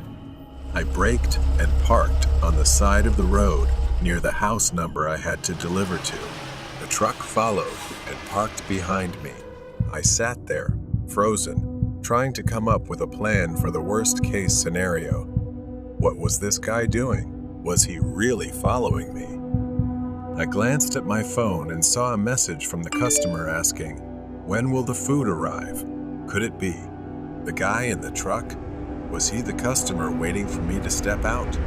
I felt more trapped than ever. The man got out of the truck. My heart pounded as I watched him slowly approach my car. He stopped right by my trunk, his face partially hidden in the shadows. Then, out of nowhere, he grabbed something like a metal rod and slammed it into my rear windshield. The glass shattered around me. I screamed and, without thinking, instinctively slammed my foot on the gas. The man jumped onto the back of my car, nearly lying flat as he tried to crawl through the shattered window. I swerved sharply, making a U-turn, and felt him fall off the car. My hands trembled as I maneuvered between the trucks. In the rearview mirror, I saw him stumbling in the street as I sped away. My hands shaking, I picked up the phone to call the police. By the time the police arrived, the man had vanished. All they found were shards of glass scattered across the road. They searched the area, but he was gone. I stood staring at the cracks in my shattered windshield, and memories of the terrifying experience replayed in my mind. I was lucky to have escaped, but deep down I still felt uneasy because he was still out there, haunting delivery trip. It's been almost a month since that horrifying night. I haven't driven for the delivery app since then. Every time I think about driving, the echo of shattering glass floods my mind. I try to tell myself it was just an incident, that I was unlucky. There were no witnesses. The police reassured me they'd find him, saying it was probably just a disturbed person trying to scare me. But I couldn't shake the feeling that there had to be some reason he was following me. I decided to try driving again. I needed the money, and I couldn't let fear control my life. I told myself that this time I'd be careful and avoid driving too late at night, and I'd stay away from isolated neighborhoods. As I got into the car, that familiar fear washed over me. My hands were sweaty. I tried to close my eyes, take a deep breath, and turn the key in the ignition. Things started off fine. I was careful and checked my mirrors more frequently. But as the sun set, my phone buzzed with an order that sent a chill down my spine. 1 taco and a drink. A simple order, just like that night. I hesitated, my thumb hovering over the accept button. I figured it was just a coincidence, so I accepted the order. A light drizzle had begun. The drive to Taco felt eerie, as if I was retracing the same steps as that night. I picked up the order and placed it on the passenger seat. As I drove to the delivery address, waves of anxiety hit me. The house was in a different neighborhood, but each turn felt strangely familiar. When I parked at the curb, the hairs on the back of my neck stood up. The headlights of a car behind me suddenly flicked on. I looked, it was a truck, and it looked just like the one from that night. Panic set in as the truck rolled closer, its blinding headlights on full beam. The truck parked right behind me, as if waiting for me to make a move. I tried to text my customer, but I was shaking so badly I couldn't type properly, wasting precious time. Suddenly, a notification popped up on my phone. Customer, when will my order arrive? I couldn't believe it and dropped my phone right then. It was happening again. Could he have been waiting for this moment to get revenge? I couldn't go through this again. I had to act. I pressed the gas, moving my car to another spot. The truck slowed down behind me, its headlights glaring blindingly in my rearview mirror, causing me to squint. Suddenly, the truck surged forward, crashing into the back of my car. The impact jerked me forward, my chest slamming into the steering wheel. Pain shot through my ribs as I gasped, trying to catch my breath.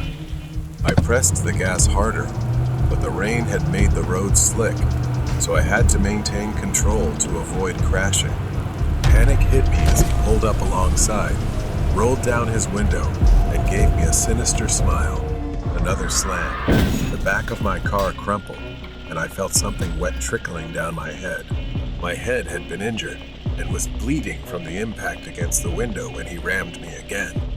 I braked hard, dazed, my vision blurring from the blood running down my face and the sharp pain in my side. But I couldn't give up. I grabbed my phone and dialed 911 for help. I could see his silhouette through the rain, stepping out of his truck. I refused to give up, flooring the gas and driving blindly. My car slammed into a tree. Desperate to survive, I fumbled for the door handle, trying to get out before he got too close. In the distance, I could hear him screaming angrily. I forced myself to run, sprinting toward the woods at the edge of the road. Suddenly, I tripped. My ankle twisted and sharp pain shot up my leg. I couldn't move. He was almost on top of me, his shadow looming as I tried to crawl toward the edge of the road. I turned to face him. He raised the crowbar high above his head, ready to strike, and I screamed. But then, the sound of police sirens cut through the quiet rain. He froze, trying to run, but it was too late. The police used a taser and tackled him to the ground. He was finally caught. I fainted, slowly losing consciousness. Paramedics loaded me into an ambulance, and a wave of relief washed over me.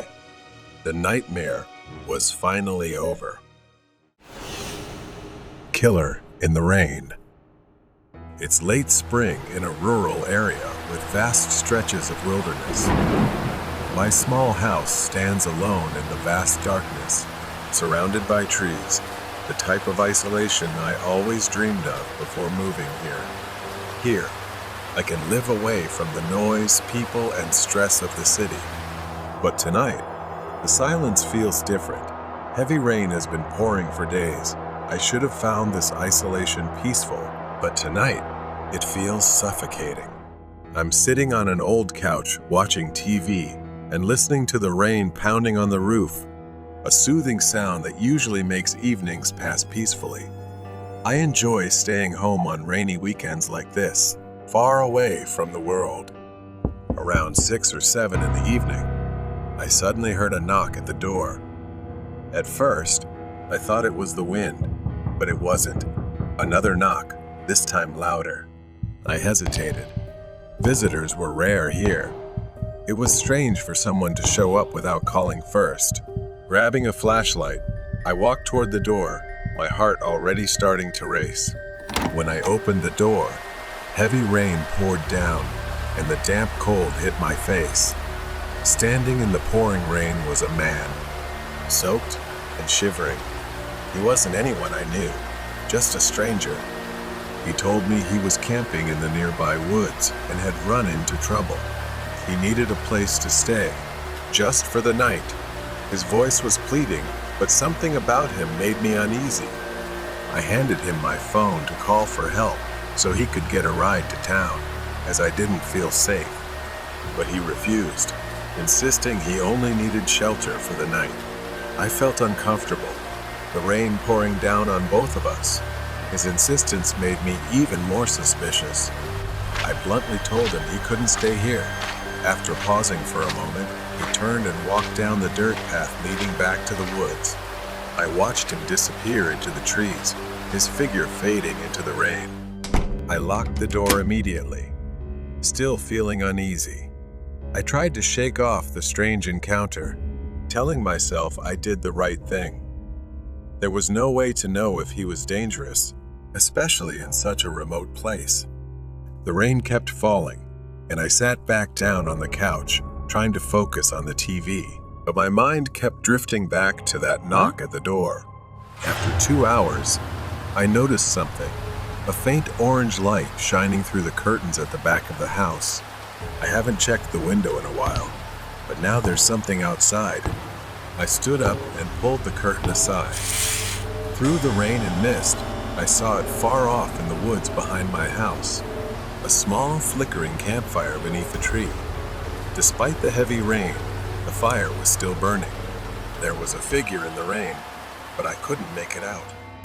That uneasy feeling turned into fear. Could it be him again? Why had he returned? And what was he doing out there, just standing near my house in the pouring rain?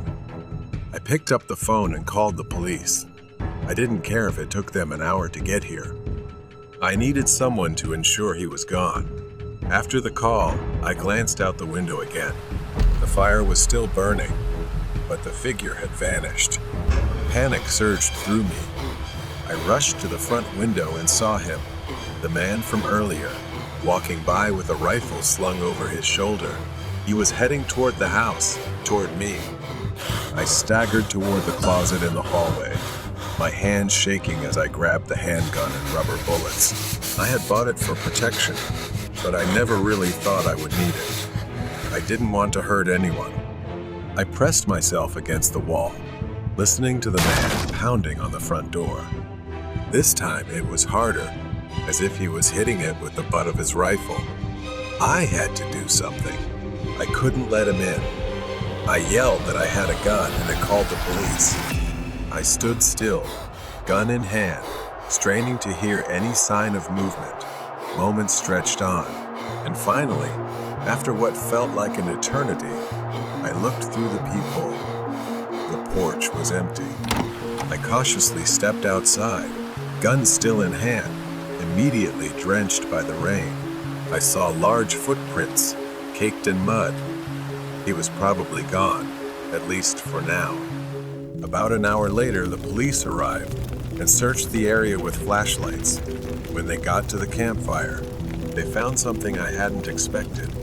A rough canvas bag, half buried in the mud, covered in wet earth. They dug it up and opened it. Inside, they found knives, zip ties, gloves, and rope. They told me it was likely a burglary kit, or worse. I never saw him again after that night. The police haven't found him yet. But they told me to be careful, to stay vigilant. Whoever he was, he had plans to come back, maybe even to kill me. Killer in the rain.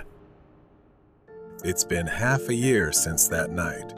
The memory of that encounter still haunts me. I thought time would ease the anxiety, that the man would fade from my mind just like he disappeared in the rain. But as the months passed, the fear grew more intense. What if he came back? Tonight, as the sun set, the rain returned, pouring heavily, just like that day. I was sitting in my usual spot on the sofa, watching TV despite my efforts. My attention wasn't on the screen. I kept glancing at the window all evening, unable to shake the feeling that someone was out there, watching me. Suddenly, there was a knock at the door. The sound cut through the rain, and my heart skipped a beat. Could it be happening again? I cautiously opened the door, but this time I was prepared. My hand resting on the pistol I had placed in the nearby drawer, ready for a moment like this. The porch was empty, except for the relentless sound of rain hitting the ground. But just as I was about to close the door, I noticed something. Footprints. Someone had been here, fresh and muddy, still sticking to the porch. I went back inside and locked the door. I grabbed my phone and called the police, explaining that I thought it was the same man who had tried to harm me years ago, and he was back. They said they'd send someone, but I had no idea how long it would take. For now, I was on my own. The rain continued, growing heavier by the minute, the wind picking up as well. I paced the living room, glancing out the window every so often. That's when I saw a flash of light deep in the woods. I realized I couldn't wait for the police to arrive. I had to confront him before he made his move. Panic welled up inside me, but this time, I reminded myself not to lose my composure. I grabbed a flashlight and my pistol, threw on a jacket, and headed out the back door. The rain drenched me the moment I stepped outside. I followed the flickering light deep into the woods.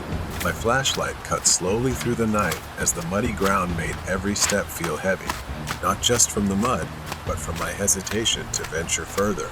I continued on. As I ventured deeper, my steps became slower and more cautious. Then I crouched behind a tree to get a better look. It was him, unmistakable with the scar on his face. He was there, standing by the fire, his back to me. And in his hand was something different this time, not a rifle, but an axe. I froze, my heart pounding in my chest. The rain sizzled on the fire. I didn't know what he was doing, pacing back and forth, muttering to himself as if planning something. Suddenly, he stopped and turned toward my house. My house. He started walking, a strange smile spreading across his face. At first, he walked slowly, but then his pace quickened, the axe swinging in his hand as if he were preparing for a bloody hunt. He approached the house. I didn't have time to think he only had an axe after all. I pulled out my pistol and stepped out from behind the tree, shouting for him to stop, but he didn't stop. He kept walking, eyes fixed on my house, as if I weren't even there. I fired a warning shot into the air. The sharp sound cut through the rain and thunder. He stopped. For a moment, everything was still, as if the world itself held its breath. Then he turned to face me, cold, empty eyes and that twisted, horrifying smile. He raised the axe above his head. Before I could react, he charged. I fired twice.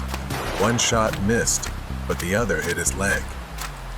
He staggered, like a zombie, but still got up, the axe still raised. I shot again, this time hitting him in the shoulder. He dropped the axe, collapsing to the ground with a pained scream, unable to bear it anymore. Rain poured down on both of us, the fire flickering wildly in the wind. I stood over him, the gun still aimed, my hands trembling, uncontrollably. Finally, I heard the sound of sirens in the distance. The police were coming. They surrounded the man, disarmed him, and pulled him to his feet. He glared at me as they dragged him away, his eyes filled with hatred. I returned to my house, locking the door behind me, and collapsed onto the sofa. The rain continued outside, but it no longer felt suffocating. For the first time in a long while, I finally felt truly safe. Trained to hell. Rai, he had once been a professional thief. No matter where he was, he could carry out his actions smoothly. That day, the location was the subway, and it was also where he would pay a heavy price for his sins. While fleeing from pursuit, Rai boarded a subway train that looked quite old, carrying the scent of damp concrete, rust, and something faintly metallic, almost like the smell of blood. The subway car was nearly empty, except for a few scattered passengers in various cars. Most of them seemed lost in their own worlds. One was dozing off, another absorbed in their phone. But then, at the far end of the car, there was an older man who looked quite terrifying. He wore a long, dark coat, his face obscured by shadows, but his eyes were cold and piercing, chillingly sharp. Rai tried to shake off the discomfort, shifting in his seat, looking elsewhere. But the feeling of always being watched made him very alert. The subway suddenly jolted, the lights flickering more violently before dimming to a weak, pale yellow. The train began to slow down, the sound of the brakes screeching like a high-pitched wail echoing through the thief's skull. He glanced around, noticing that the other passengers had disappeared, leaving only him and the mysterious man at the end of the car. He tried to stand up, move toward the exit, but his legs were stiff.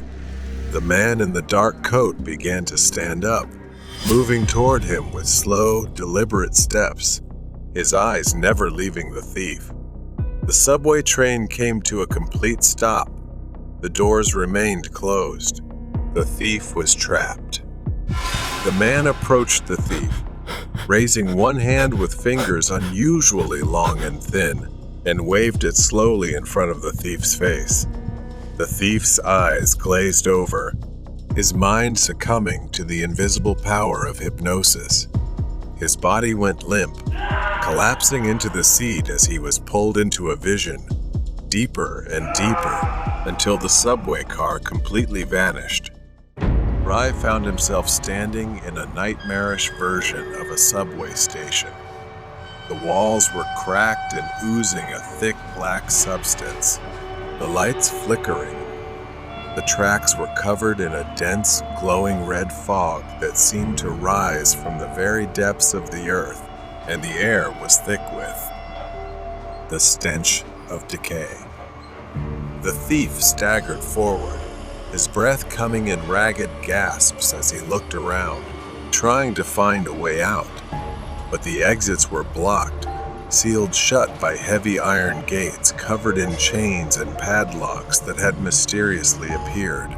A moment later, he suddenly saw a reflection in the glass, a reflection of himself, but with his coat tattered and scorched, his face pale and gaunt, with hollow, sunken eyes, his lips twisted into a grotesque, terrifying smile. Scenes of his past crimes played out before him, distorted and twisted into horrific images of suffering and despair. In one scene, he watched himself pickpocketing a man on the subway, but this time, the man turned to him, his face melting away to reveal a skull with eyes burning with fire. The skeletal figure grabbed the thief's wrist, pulling him into the darkness where the sound of screams echoed. Next, another vision unfolded. Rai broke into an apartment, and suddenly, the floor beneath him collapsed. He fell into a pit filled with writhing hands, clawing at his flesh as they dragged him down, as if pulling him into hell. The images kept coming, each more horrifying than the last. Each vision was a punishment for the sins he had committed. He saw himself as one of the damned, trapped forever on this hellish train, riding the tracks of torment for all eternity. Inside the train, the thief was surrounded by the ghosts of his past victims. Their eyes burned with the fire of hatred. In his own eyes, the furnace roared with life, the flames growing hotter until they consumed everything. The thief was left in total darkness. The thief snapped back to reality, gasping for breath, his body drenched in sweat. He was back in the subway car. The man in the dark coat was gone, leaving only the sound of the train clattering on the tracks. Shaking, the thief staggered to his feet and exited the train. As he stepped onto the platform, he glanced back at the subway car. The train pulled away, the sound of its departure echoing through the empty station. The thief stood alone, the weight of his sins pressing down on him. Now he knew that there was no escaping the consequences, the punishment for his actions. Since that day, he has lived in darkness, plagued by agonizing headaches that feel like torture. He must live in fear, haunted by what he had seen and experienced. Perhaps this is just one of the punishments he has to endure. The freak in the morgue. The coldest place in the hospital is likely the morgue. Stainless steel drawers holding the dead stretch out like a cold, metallic labyrinth. The air is thick with the scent of antiseptic. I am a forensic pathologist. Today, I'm on shift, preparing my tools for my work. Tonight, I noticed something strange. Foreign objects have appeared during autopsies before, like a rusted coin or a few plastic beads. This isn't the first time something unusual has shown up during an examination. I stepped into the storage room, searching for some necessary items, but a few tools were missing. My eyes were drawn to a drawer slightly ajar. I pulled it open to find an empty space, feeling like something was missing, but I couldn't immediately identify what. A strange feeling washed over me, and I couldn't quite grasp what was happening. I hurried out, moving quickly down the dark hallway. I saw something move in the shadows. A hunched figure, resembling a man, dressed wildly with disheveled hair, was obsessively examining some medical equipment laid out before him. I couldn't believe my eyes. Horrified, I saw a clump of hair, a severed finger, and other small body parts. He held them as if worshiping and collecting them. I felt nauseous and disgusted by him, but I forced myself to stay because I knew I needed to do something. I hadn't finished my work yet. Suddenly, the man stopped and looked around, sensing something. I held my breath, praying I hadn't been seen. I rushed to the office, my hands trembling as I called the police, reporting the break-in and what I had witnessed. The dispatcher on the other end sounded shocked but assured me that help was on the way. I hung up the phone, but I couldn't get that horrifying image out of my mind. Who was he? And what was he doing?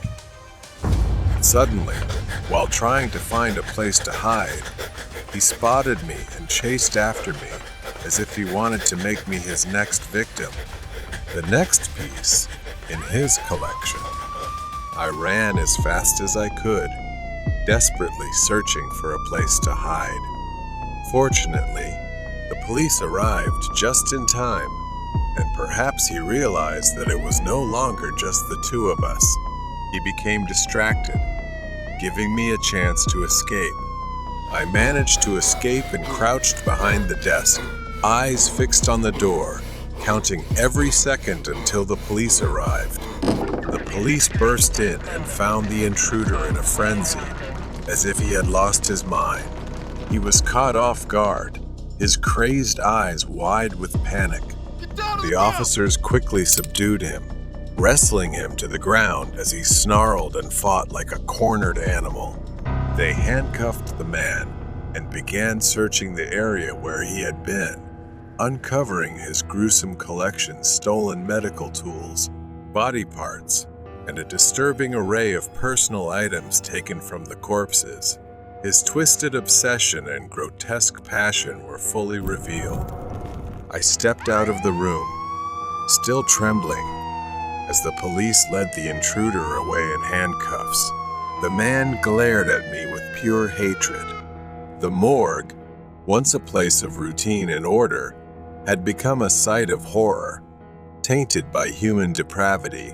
As the first light of dawn broke, I stepped outside, knowing I had done the right thing and acted quickly.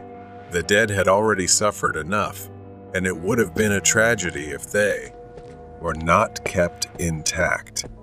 I turned back to the morgue, locking the door one last time. The memory of that night would haunt me, but it was over. I had survived the worst.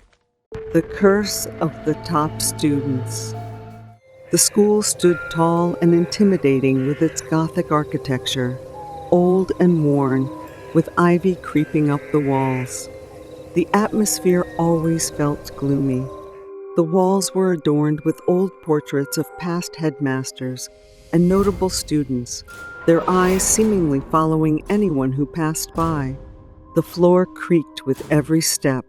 Elena, a studious girl in her late teens, was seated at a desk near the back of the classroom, immersed in a book.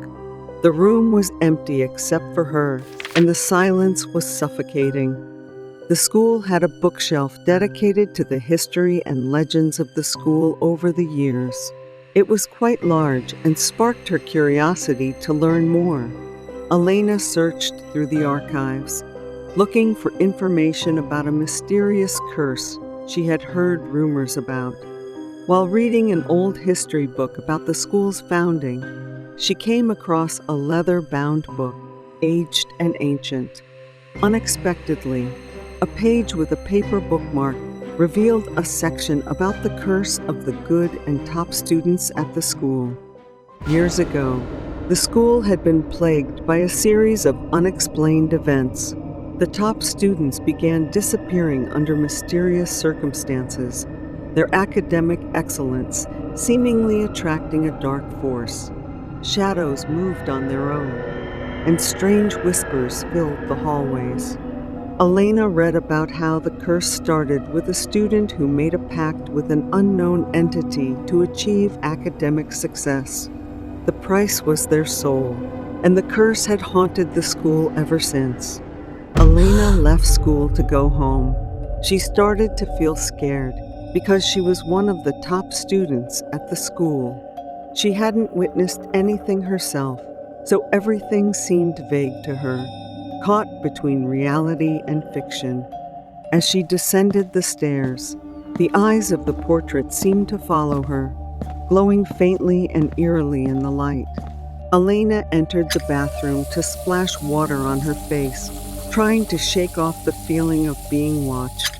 She looked up into the mirror and saw a shadowy figure standing behind her.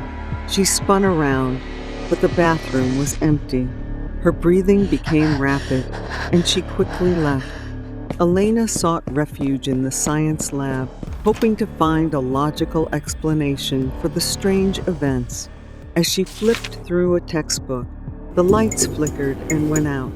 She heard a low growl and saw beakers and test tubes rattling on their own.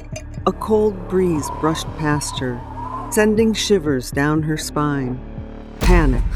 Elena ran down the hallway, her footsteps echoing loudly.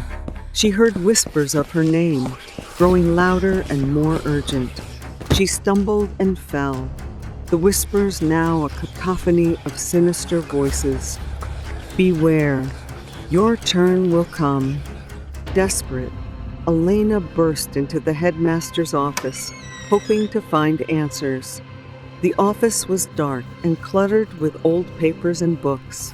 The headmaster's chair slowly turned to reveal a shadowy figure with glowing red eyes. Elena screamed and backed away, tripping over a stack of books. Elena fled the building, her heart pounding. She looked back at the school, which now seemed even more menacing under the moonlight. As Elena ran across the school grounds, she felt a presence chasing her. She reached the gates and looked back one last time. There was a dark shadow peering out from the window. Safe back in her room, Elena tried to calm herself, but the events of the night kept replaying in her mind. She opened her laptop and began writing about the curse, determined to warn others. As she typed, she felt a strange sensation. A shadowy figure lunged towards Elena. She tried to scream, but no sound came out. The figure grabbed her arm, and she was suddenly overwhelmed by a flood of terrifying visions. Students being dragged into darkness, their faces twisted in silent screams, and the entity that started the curse grinning maliciously. Elena saw the student who made the pact, standing before a dark figure with glowing eyes, signing a blood-soaked contract. Elena snapped back to reality, the shadowy figure gone.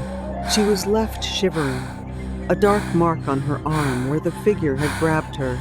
The screen faded to black, and the only sound was a whisper. Good luck. If you don't leave, you will be next. She didn't know if the curse would follow her, but with such a warning, she decided not to stay another minute. The next day, she left and transferred to a different school. Not long after, the school was abandoned due to rumors, and students gradually left. Horror Story Nightwalkers. I used to work at a small hotel on the edge of town. The hotel was quite peaceful, nestled between dense woods and a long, deserted road. After a hurricane swept through the town, business slowed down significantly. I worked the night shift from 6:00 p.m. to 2:00 a.m., often without seeing anyone for hours. The only sound in the empty lobby was the ticking of the old clock on the wall. One night, I was sitting in the break room, sipping warm coffee and watching the security monitors when I heard a deep voice call out from the lobby. I got up and went to the front desk. There was a man standing on the other side of the glass partition. He was tall, with wild hair and a strange, jittery energy about him. He asked for some towels, so I handed them to him through the opening under the glass. He grabbed them with such force that it made me flinch, and then he left without saying another word. Curious, I watched him on the security monitor as he walked down the hallway, rubbing the towels against his face and neck. It was bizarre, but I shrugged it off and returned to the break room. About 10 minutes later, I heard his voice again. This time, he was back at the front desk, banging on the glass. "My key card isn't working," he shouted. I asked for his room number, but he responded strangely, saying something like 2C Pwy, which didn't match our room numbering system. When I told him that, his demeanor changed. He leaned close to the glass, his eyes wide and wild.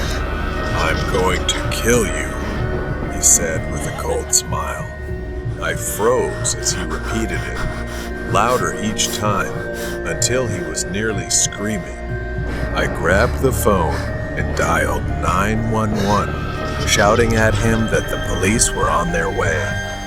He stared at me with that twisted smile, mocking me as I spoke to the dispatcher.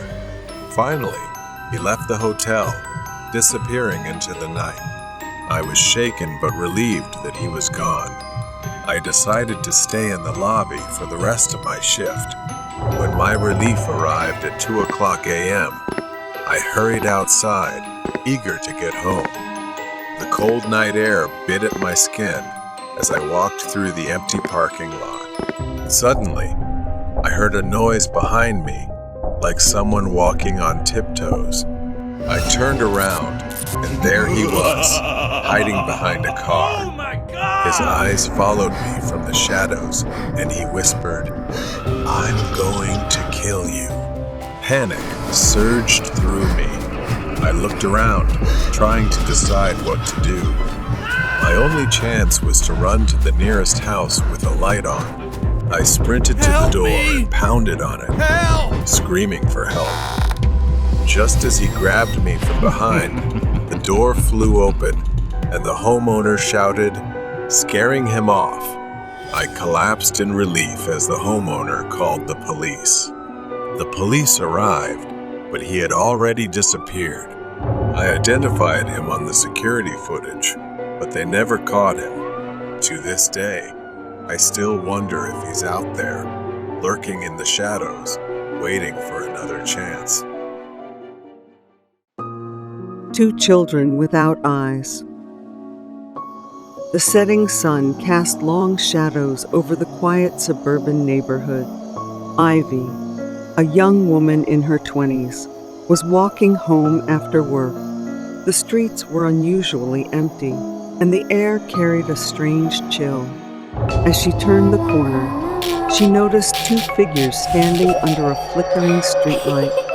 They were children, a boy and a girl, around 8 or 9 years old. They stood unnaturally still. Ivy wheezed. Steps slowed as she approached them, a growing sense of unease with each step, but it was the only way for her to get home. The children simultaneously turned their heads, and Ivy's breath caught in her throat. Their faces were pale and expressionless, but what struck her most were their eyes, or rather, the absence of them. These children had smooth, empty voids where their eyes should have been. The eye sockets were dark and hollow, an abyss that seemed to pull at her very soul. Ivy's heart pounded as she stopped a few steps away from them. The boy and girl began to move, their movements unnaturally stiff. They stepped towards her, their empty sockets somehow feeling like they were staring menacingly. Ivy wanted to run, but her legs felt rooted to the spot, paralyzed by fear. The children reached out, their hands pale and cold. They lightly touched her, sending a chill through her body. As their fingers met her skin, images flooded Ivy's mind. She saw dark hallways, old, decaying houses, and a profound sense of sadness and fear. The disjointed images, like mismatched puzzle pieces, kept flashing through her mind. Suddenly, the children let go, and the images stopped. Ivy stumbled back, gasping for air. The boy and girl stood there, silent and still. The flickering streetlight cast eerie shadows on their faces, making their hollow sockets appear even darker. Ivy ran, her heart pounding. She didn't stop until she reached her home. Slamming the door shut, she leaned against it, trying to calm her frantic breathing. The encounter had left her shaken, and the images from those children still lingered in her mind. That night, she couldn't sleep. Every time she closed her eyes, she saw the eyeless children and the haunting images they had shown her. She knew she had to find out who they were and what had happened to them. The next day, Ivy returned to the spot where she had seen the children, but they were gone. She began asking around the neighborhood, describing the children to anyone who would listen. Most people shook their heads, saying they had never seen or heard of such children. But an old man at the local library seemed to know something. His eyes widened in recognition when she described them. He told her about a tragic accident that had happened many years ago. 2 children had died in a fire at an old house that once stood on the very street where Ivy now lived. Their bodies had been found, but their eyes had mysteriously gone missing. The house had been abandoned and eventually demolished, but it was said that the children's spirits still haunted the area. Ivy felt a chill run down her spine as the old man spoke. She realized that the images she saw were the children's memories, their plea for help. Determined to soothe their spirits, she decided to search for the remnants of the old house. It took many days of searching, but she finally found it. It was a patch of overgrown grass, hidden behind a row of new houses. As she stood there, she felt a presence around her. The air grew colder, and she knew the children were near. Ivy knelt down and began to dig. She uncovered charred pieces of wood, the remains of the old house, and then she found a small, scorched box. Inside were 2 porcelain dolls, their eyes missing. Ivy's heart ached as she realized these were the children's cherished toys. With trembling hands, she placed the dolls back in the box and whispered a prayer for the children's souls. The air around her seemed to lighten, and she felt a gentle breeze brush her face, as if in thanks. Relieved, she knew she had done the right thing. The eyeless children were no longer bound to their tragic past, and perhaps she had helped them find their way to the afterlife. The threat of the gas station customer. Evie had been working the night shift at the gas station for many years. It was always quiet, slow, and uneventful. Her shifts usually started at 8 p.m. every day. The first few hours passed quickly, with a steady stream of customers coming in for gas or snacks. But after 11 p.m., the traffic slowed, and by midnight, the station became eerily quiet. She tried to keep herself busy, organizing merchandise on the shelves and cleaning, but there wasn't much to do. The silence and the ticking of the clock made the second half of her shift feel endless. Around 1 a.m., a car pulled into one of the parking spots near the entrance. At first, she didn't think much of it.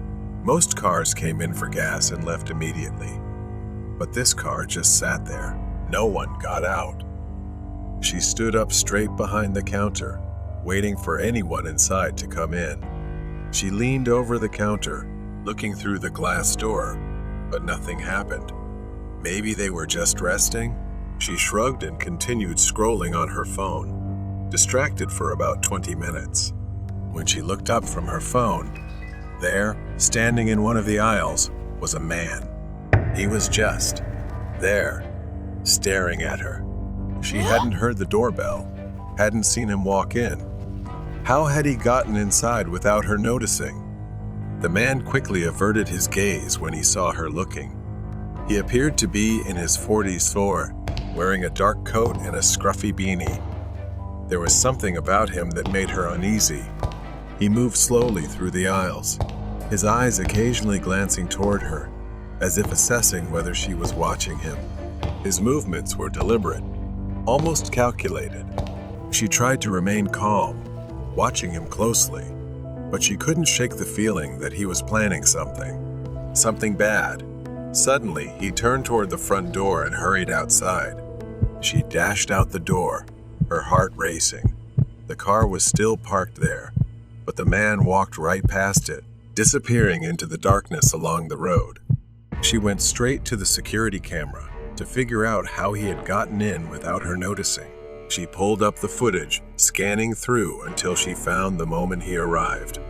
The footage showed him stepping out of the parked car, but instead of going inside immediately, he stealthily made his way around to the back of the gas station. There were no cameras there, but she knew those doors were never locked because they were broken. What chilled her the most was the timing. 15 minutes passed between the moment he went behind the building and when he appeared in the store. 15 minutes he spent lurking out of sight, waiting for something. Weeks had passed since that night, but she couldn't shake the feeling of being watched. Every shift felt like a test for her. One night, while she was cleaning the counters, she noticed something strange. The man entered the store, his eyes scanning as if searching for something. She watched him from the corner of her eye, and that was when she saw it.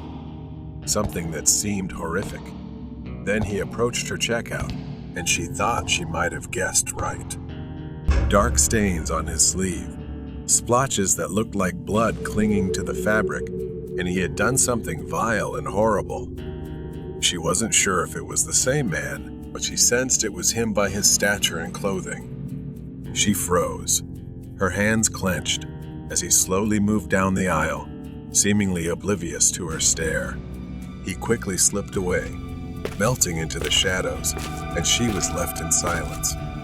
She resolved to take action. The next time he appeared, she would be ready. A few nights later, he returned. She heard the faint sound of the doorbell and looked up to see him standing right inside, his face hidden in the shadows. She quietly picked up the phone, dialed the police, and kept her voice just above a whisper. She reported the suspicious man, describing his erratic behavior and the blood she had seen on his sleeve. But then, he noticed her. His eyes narrowed, and he realized what she was doing. Without warning, he charged toward her, knocking the phone from her hand. She stumbled back, grabbing anything she could use to defend herself as he backed her into a corner, his face contorted into a disturbing grin. She collided with the shelves, knocking items to the floor. She tried to grab a can from a nearby rack and threw it at him, buying herself a split second to dodge him and run toward the door. But he was quick, grabbing her arm and pulling her back, forcing her against the back of the store. I encouraged myself to survive and reassured myself that the police would arrive soon. He tightened his grip and pressed his face close to hers with a terrifying gaze. She felt panic rising, but she saw the police through the glass. One of the officers raised an eyebrow and glanced at her, then looked at the man's hand on her arm. It was a signal, a silent cue. She knew what she had to do. Gathering all her courage, she turned slightly, catching the man off guard, and bit his hand. He yelled in pain, loosening his grip just enough for her to escape.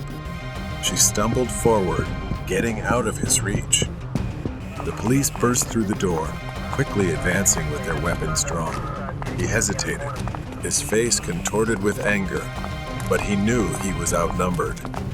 The officers moved in, bringing him to the ground and cuffing his hands behind his back. He thrashed, his eyes filled with rage as they restrained him. One of the officers approached her, placing a reassuring hand on her shoulder. They said he was a dangerous man, wanted for multiple assaults and murders in the city. She blinked, the reality of his words sinking in. A murderer? The thought sent chills down her spine, and she felt the weight of the encounter heavier than ever. She nodded, grateful that he had finally been apprehended. The man hadn't just been lurking around the police station. He had been hiding, waiting, blending into the shadows, ready to strike.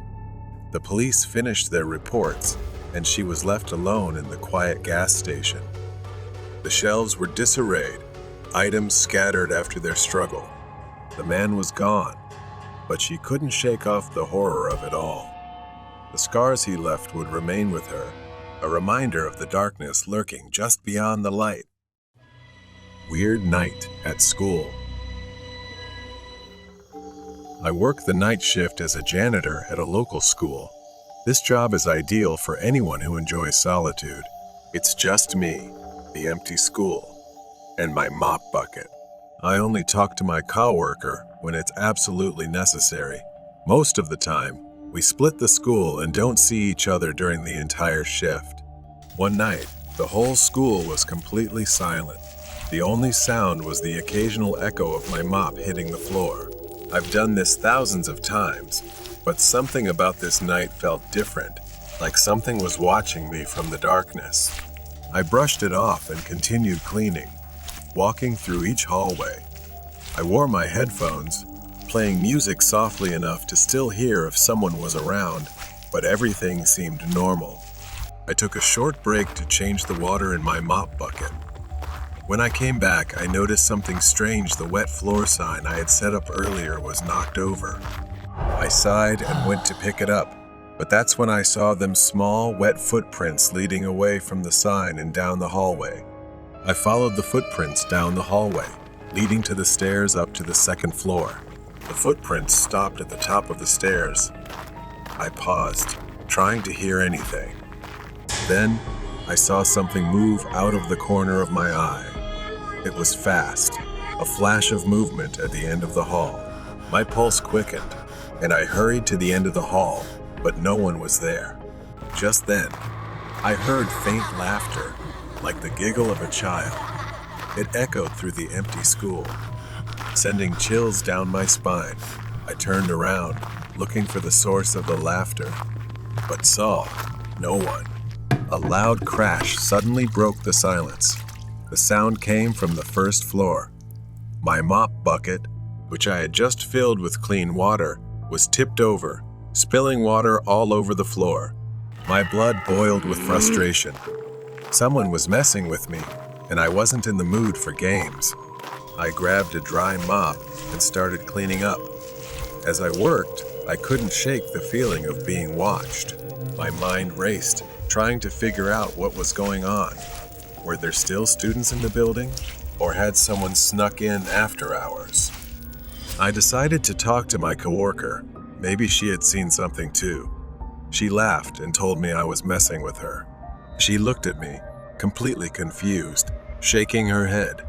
I've been here the whole time. I couldn't make sense of it. I left her station, more confused than ever, and went back to work. Another hour passed. I was trying to make up for lost time when, without warning, the entire school went dark. For a moment, I was surrounded by darkness. Then the emergency lights flickered on, bathing everything in a dim red glow. It was unsettling, like the entire building had turned into the set of a horror movie. I knew where the electrical room was, and since I had the keys, I decided to head there to fix the lights. But before I could get there, I heard a scream.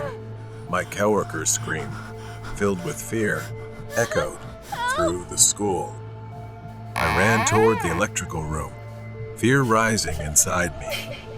When I reached the door, I noticed it was slightly ajar. My heart pounded in my chest. When I pushed the door open, expecting to see my coworker inside, instead, there was a figure standing in the darkness. I couldn't make out who it was, but something was wrong. My blood ran cold as the figure moved closer, its movements unnatural. almost jerky. I reached for my phone, but before I could pull it out of my pocket, the figure lunged forward and slammed the door in my face. Panic overwhelmed me. I staggered back. I had to get out of there. I ran, my legs moving faster than ever. I needed to find my coworker.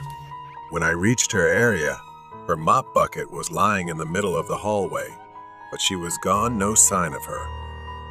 I called out her name, but there was no reply. The only sound was that faint laughter again, echoing through the empty hallway. The whispering froze me in place, my heart pounding in my chest. I quickly turned around, gripping the mop handle tightly, ready to defend myself. I started walking again, my steps slow and cautious, my senses on high alert. This wasn't just a prank. Something was happening here, something I couldn't explain. I went up to the second floor, where I had heard the laughter earlier. As I ventured further down the second floor hallway, I noticed something strange. The wet footprints, the same ones I had seen earlier, were back. I froze, staring at the small, wet prints that seemed to be coming toward me. I ducked into the nearest classroom, slamming the door behind me. I leaned against it, trying to catch my breath, my hands trembling. The silence was suffocating, pressing in on me from all sides. That's when I saw the blackboard. Written in large, jagged letters were the words, "Hello." I hadn't seen that before. Someone had been in here, but I hadn't heard anyone enter. Suddenly, I heard the door rattling. Something was trying to get in. The doorknob twisted hard, and the door shook as if someone or something was pounding on it. I backed away, gripping the mop handle like a lifeline. The banging stopped. Silence returned, but the tension in the air remained. I slowly crept toward the door, pressing my ear against it. Nothing. I reached for the doorknob, turning it as gently as I could. I cracked the door open just a little and peeked out into the hallway. I cautiously stepped out, looking around for any sign of movement. I had to find my coworker. I couldn't stay in this school alone any longer. I started walking down, and just then, from where I stood, I saw a shadow at the bottom of the stairs. It didn't move, just stood there, a dark figure faintly illuminated by the red emergency lights. I squinted, trying to make out the shape. It was small, like a child. As I got closer, I could see more clearly a young boy, maybe 13 or 14, standing with his back to me, wearing a torn school uniform. I reached out, hesitating for a moment before speaking. "Hey, are you okay?" The boy didn't respond. I took another step, my hand trembling as I reached out to touch his shoulder. The boy's face was a grotesque mask, pale, soulless eyes, blood dripping from his nose, and a wide, twisted grin. My heart nearly stopped. The child let out a piercing scream that echoed through the staircase, a sound so shrill it felt like it was tearing through my skull. I stumbled back, dropping the mop. My legs felt weak, but I forced myself to run. I sprinted down the hallway, gasping for breath. I didn't care where I was going. I just needed to get out. The hallway seemed to stretch on endlessly in a horrific way. I burst through the double doors into the gymnasium, slamming them shut behind me. The gym was pitch black. I backed away from the door, my body shaking with fear. The footsteps stopped. The doors stayed closed. For a brief moment, I thought I was safe. But then, from the far corner of the gym, I heard a ball bouncing. There, in the far corner, the boy stood, his face still twisted in that grotesque grin, holding a basketball and slowly bouncing it on the floor. Then the boy whispered, "Hello," his voice echoing in the empty space of the gymnasium. I backed away, my legs trembling. The child took a step forward, then another. Each step was slow, deliberate, as if he was savoring the fear he was causing. I didn't think anymore. I bolted, running as fast as I could toward the parking lot. My legs felt like they could give out at any moment, but I kept running. I didn't stop until I reached my car. My hands shook as I fumbled with the keys, finally unlocking the door and jumping inside. As I started the engine, I looked back at the school. In one of the second-floor windows, I saw the child standing there, staring down at me with that twisted grin. I floored the gas and sped out of the parking lot. The image of that child burned into my mind. I didn't go back the next night. I never went back there again. Haunting on the midnight train, the town lay deep in the mountains, with old houses scattered about and streets filled with whispers of long-forgotten stories. One of those mysterious tales was about the midnight train. For many years, no one dared to board the train, but I was not like them. I was the kind of person who believed that fear was for those not seeking answers. On that cold winter night, I decided it was time to confront the truth myself. I arrived at the train station just before midnight. The platform was empty, the old wooden benches creaking under the weight of the cold wind. Flickering lights cast strange shadows. The ticket counter was manned by an elderly station master, his eyes glancing at me with a mix of concern and pity. "Are you sure about this, son?" I nodded, smiling confidently at him. "It's just a train ride. I'll be back." The station master sighed and handed me the ticket. I caught a glimpse of him muttering a small prayer as I walked toward the platform. The slow minutes dragged on as I waited. The air felt heavier than usual, as if the town was holding its breath. Then, in the distance, I heard the whistle of a train, its headlights slicing through the darkness like two eerie eyes. The train stopped before me, its peeling black paint and dirty, soulless windows. The door creaked open, inviting me inside. I hesitated for a moment, but then took a deep breath and stepped inside. The flickering lights cast long shadows across the old seats. The air was thick with dust and something else, something I couldn't quite identify. A feeling unnatural. As I walked down the aisle, I realized the train was empty. No passengers, no ticket collector, no signs of life. Strangely, I wasn't scared. Instead, I felt a thrill. I sat by the window, watching the small town fade away into the distance. At first, everything seemed fine. The train accelerated, speeding through the night, but after what felt like hours, I noticed something was off. The darkness outside the window was unusual, like a void. I glanced at the clock, only to see the hands frozen in place. A sense of unease washed over me. The light above me flickered violently before plunging the train into complete darkness. I held my breath. I fumbled for my phone, hoping to use it as a flashlight. But when I pressed the screen, it remained black, completely unresponsive. Panic set in. Suddenly, I heard it, a whisper. "Jacob." My heart skipped a beat. I froze, trying to listen. The voice was faint, barely above a breath, but it was there. "Jacob, come to me." I turned around, but the car was empty. The whispers grew louder, closer. I hurriedly stood up and stumbled, trying to find the ticket collector's car. When I reached the front, I found the car empty. Just an old, dusty uniform hanging on a hook. No one was there.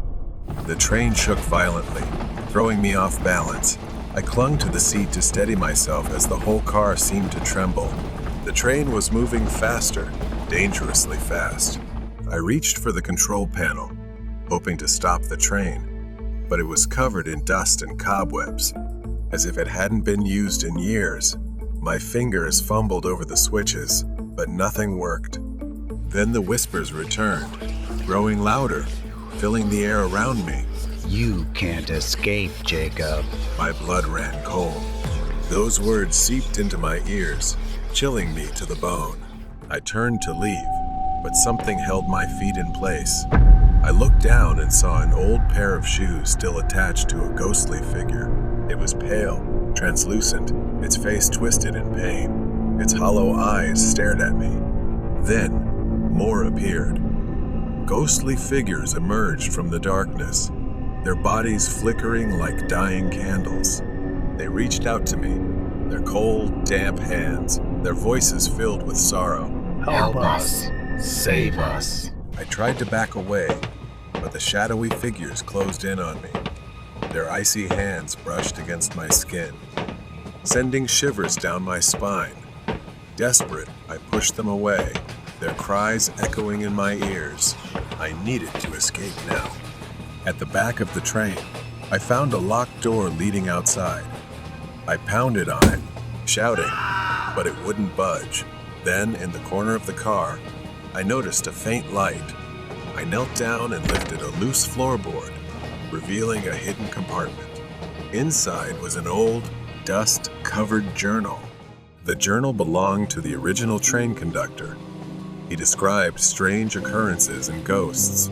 His final entry spoke of a curse, a train cursed to hold the souls of the dead on board, and there was only one way to break it, by confronting the source of the haunting and seeking out the mirror in the car to destroy it. Determined, I followed through to the back of the train. At the rear, I found a large, cracked mirror. Its surface shimmered with a strange energy. Looking into it, I saw the faces of trapped souls reflected in the glass, their eyes filled with sorrow. Its shape shifted and swirled. Terror engulfed me, but I couldn't let it win. I searched for something to break it, as if someone were hiding everything to stop me from doing this. I decided not to wait, reaching out with trembling hands, and punched the cold glass. The figure screamed a piercing scream as the mirror shattered into 1,000 pieces. The ghastly shadows around me began to fade, their faces peaceful as they were finally freed. The train also started to slow down. I staggered onto the platform, my heart still racing, my body aching from the ordeal. The town, now bathed in the gentle light of dawn, returned to its quiet state. As I looked back at the train, it was now just an old locomotive. The station master was waiting for me on the platform, a pleasant smile of relief understanding what I had accomplished as he left. I nodded, too exhausted to speak, but grateful to be alive. I had freed the trapped souls on the midnight train, and I knew I would never forget the terror I had faced. The midnight train had become legend, but the memory of that night would stay with me forever. The stalker in the Dunkin' Donuts parking lot. It was just an ordinary morning, my usual routine. A quick coffee stop at Dunkin' Donuts before heading to work. I don't go there every day, only when I feel like treating myself. Today, I decided to visit my usual spot. The store was busy, as expected, with the familiar noise of orders and chatter filling the space. I lined up, placed my order, and within minutes, I had my coffee in hand. As I stepped out of Dunkin', the sun was high, and the parking lot was crowded. People were rushing off to work, grabbing breakfast, nothing unusual, except for one thing. There was a man standing near my car. He wasn't doing anything, just standing there, near the passenger seat, wearing a black coat, with his head slightly tilted as if listening to something.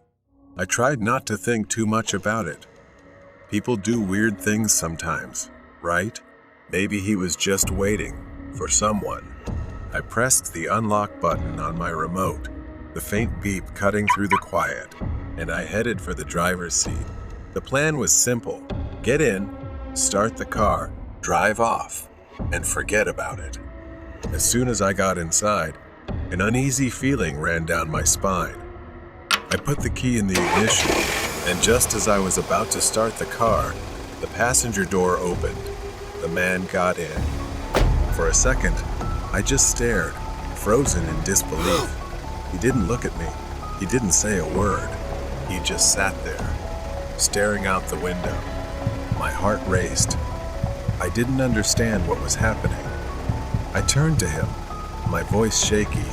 "I think you're in the wrong car." Silence. He didn't even acknowledge me. The tension was palpable. I said it again, louder this time. "You're in the wrong car." Still nothing.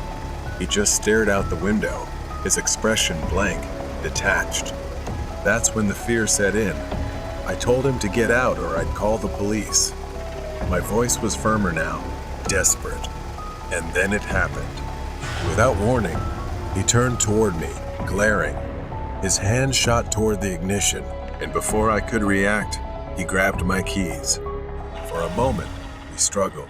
He held my keys in a tight grip, and before I knew what was happening, he swung at me, using the keys as a weapon.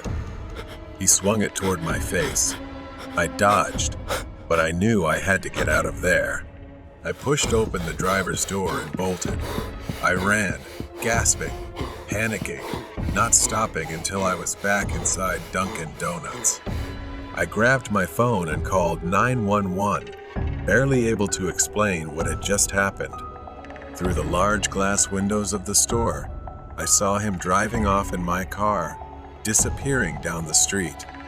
The next few minutes were a blur. The police arrived, took my statement, and I filled out a report, my mind still reeling from what had just happened. A few hours later, I received news. The police discovered my car by the woods in an empty state, and no one was in it. But something felt off. Even after I got my car back, the image of him sitting silently in the passenger seat, his vacant expression, lingered in my mind. Who was he? Why had he chosen my car? Weeks had passed since that strange man entered my car, and every visit to Dunkin' Donuts filled me with discomfort. Today was no different. I stood in line, ordered my coffee, and tried to convince myself that everything would be fine, that he wouldn't come back. It was early evening when I grabbed my coffee and stepped outside. I scanned the area, my eyes instantly locking onto a familiar figure standing at the edge of the woods. It was him. This time, he didn't have that vacant look. Instead, he stood there, head tilted, grinning eerily and waving at me as if teasing. A chill ran down my spine. My heart raced in my chest as I hesitated, unsure of what to do. Somehow, he didn't chase after me. Instead, he casually opened the passenger door and sat back inside my car with that same blank expression. This time, he didn't drive away. He just sat there, staring at me through the windshield as if waiting for something. I began to call the police. They arrived within minutes. I stepped aside, watching them cautiously approach the vehicle. The man remained still. He sat there, his emotionless eyes fixed ahead, oblivious to the events unfolding around him. One of the officers commanded him to step out of the car. For a moment, it seemed like he ignored their orders. But then, he slowly turned his head, his expression oddly calm. He opened the door and stepped out of the car, raising his hands as if surrendering. A few hours later, I sat in the police station, recounting the incident as if it was the 100th time. My arm still throbbed with old bandages covering the cuts from the key. They told me he had been arrested, and after taking his fingerprints, they discovered he had a long history of mental illness. His records showed he had been in and out of psychiatric facilities for years, diagnosed with paranoid schizophrenia. His delusions had worsened over time, and it seemed he had fixated on me for reasons no one could explain. They said he saw things, heard voices screaming incoherently when there was nothing around. They believed he couldn't distinguish reality from fantasy. A wave of relief washed over me, but it was mixed with sadness. The man who had terrorized me was not just a criminal. He was sick. His mind had warped reality into something unrecognizable, and I had become part of that nightmare. As I left the police station, I couldn't shake the image of him sitting in my car, staring out the window, detached from the world. He had been arrested, and the officers assured me he would be taken back to a mental facility where he could receive the treatment he desperately needed. But the scars he left, both physical and mental, would take much longer to heal. I stood next to the car, hesitating to open the door, reluctant to sit in the driver's seat where everything had happened. I took a deep breath, forcing myself to unlock the door and get into the driver's seat. I started the engine and drove out of the parking lot, determined to move forward. After all, everything was finally over. Intruder on Halloween. The clock ticks softly, its sound nearly drowned out by the eerie music playing on the TV. Colorful costumes and decorations adorn the walls, remnants of the Halloween festival. Tonight, like every year, I was going trick or treating with my best friend, Casey. Excitement filled the air as we stuffed our bags with candy, the weight of our haul increasing after each house we visited. The streets were filled with laughter and the sound of children running from house to house. As we walked, we noticed a man standing near a lamppost. He wore a mask and held a flickering lantern. His eyes seemed to follow us as we passed by, sending a chill down my spine. I glanced at Casey, and we quickened our pace. We continued our journey, laughing and screaming as we collected treats, but occasionally, I caught a glimpse of the masked man lingering just out of reach. It felt like he was watching us. At one house, while we were busy stuffing our bags, I turned around and saw him standing on the street, intently watching us. I yelled at Casey to get away, that we needed to run fast from there. We hurried to the front door of the house we were at and knocked frantically. The homeowner opened the door. We explained that there was a scary man outside. The couple looked worried and ushered us inside for safety as the masked man moved further down the street. After a few minutes, we saw the masked man had left, and we thought we could leave the house now. Just as we thought we had escaped, I spotted him hiding behind a tree, waving at us. Panic flooded me. He only backed away when an adult threatened to call the police. After walking a few more blocks, we crossed a small wooden bridge over the river. The night air was fresh and cool, but a sense of unease washed over me as a black Jeep stopped on the other side. The driver leaned out the window. A spooky man wearing a pumpkin mask called out to us in a gravelly voice. "We need directions," he shouted. I felt a bit suspicious and distrustful of this man, so I declined and we kept moving. The Jeep couldn't cross the bridge, so we had to drive away. But just when we thought we were safe, a long time later, an SUV screeched around the corner of the bridge and stopped right in front of us. The window rolled down, revealing a man who was probably someone else, but he was also wearing the same mask. Then he said, "Get in the car, and they have free bags of candy," the man shouted, his voice filled with manipulation. My heart raced as I glanced at Casey. We turned back to running when I heard the car roar again. The man started to get out of the car. We just ran as fast as we could to the house because we were almost home.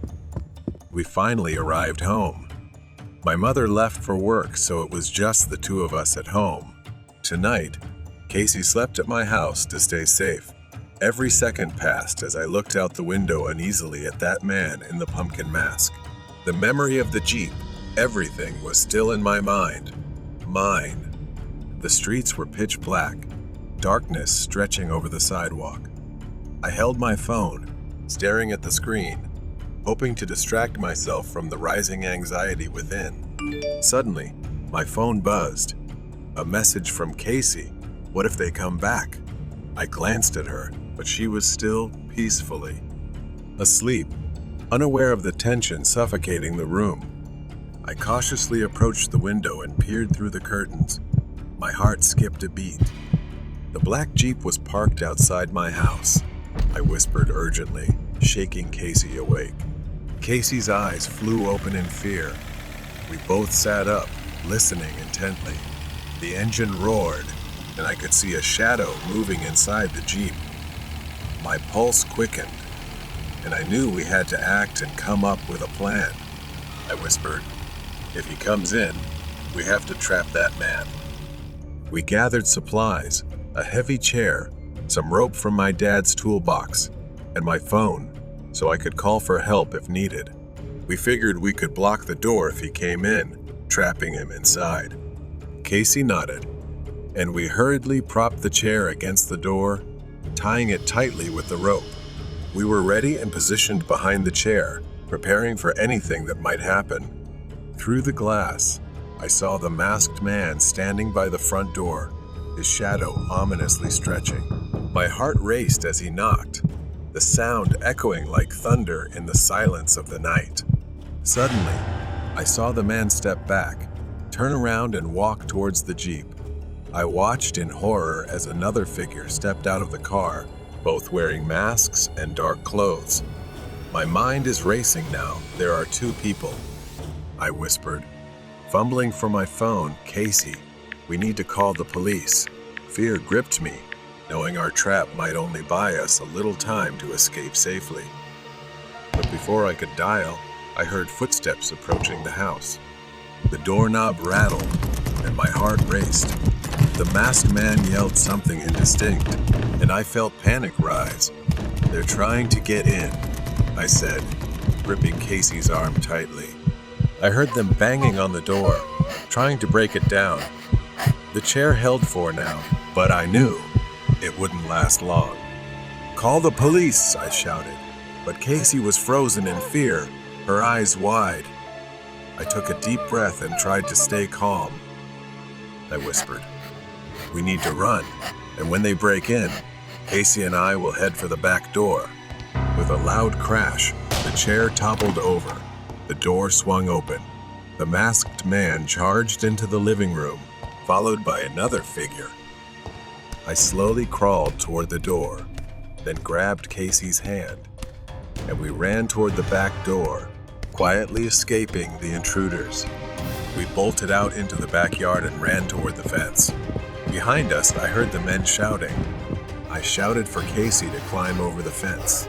I thought we still had hope and needed to seize this chance to try to get over.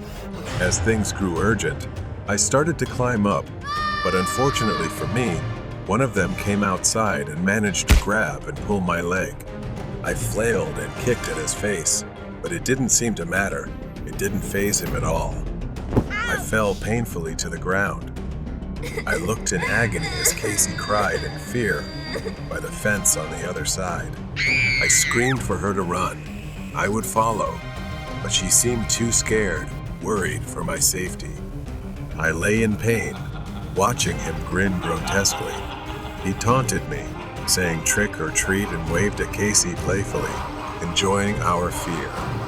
I reassured myself that I needed to escape and survive. I slowly, secretly grabbed the ice and stood up to answer his question as if I was pretending to play with him. I took candy out of my pocket and said I wouldn't run away. I asked if he wanted a piece of candy. He seemed surprised and didn't notice as I threw the rock at his face. He fell, screaming in pain, and his friend came out from the house, witnessing it. He also yelled in anger. I didn't think much, trying to use the remaining strength to climb over the fence to escape. Just as we were about to escape, I heard the distant sound of a siren. I felt relieved. The police were coming. I headed toward the front yard to meet them. When we reached the front yard, the flashing lights of the police car lit up the street. The officers ran toward us, and I pointed at the men trying to flee back to the Jeep. "They're over there," I shouted, and the police sprang into action, chasing after them. Within minutes, the police had apprehended the masked men. Back inside the house, my mom rushed in, just returning home. She pulled us into a tight hug, relief evident on her face. Casey and I exchanged glances. We were finally safe. My mom made us a cup of hot cocoa, and as I took a sip, I couldn't help but reflect on how quickly everything had turned from a night of fear to a sense of safety. I said, glancing at Casey, maybe Halloween isn't so bad after all. The outcome of the Hitchhiker Man.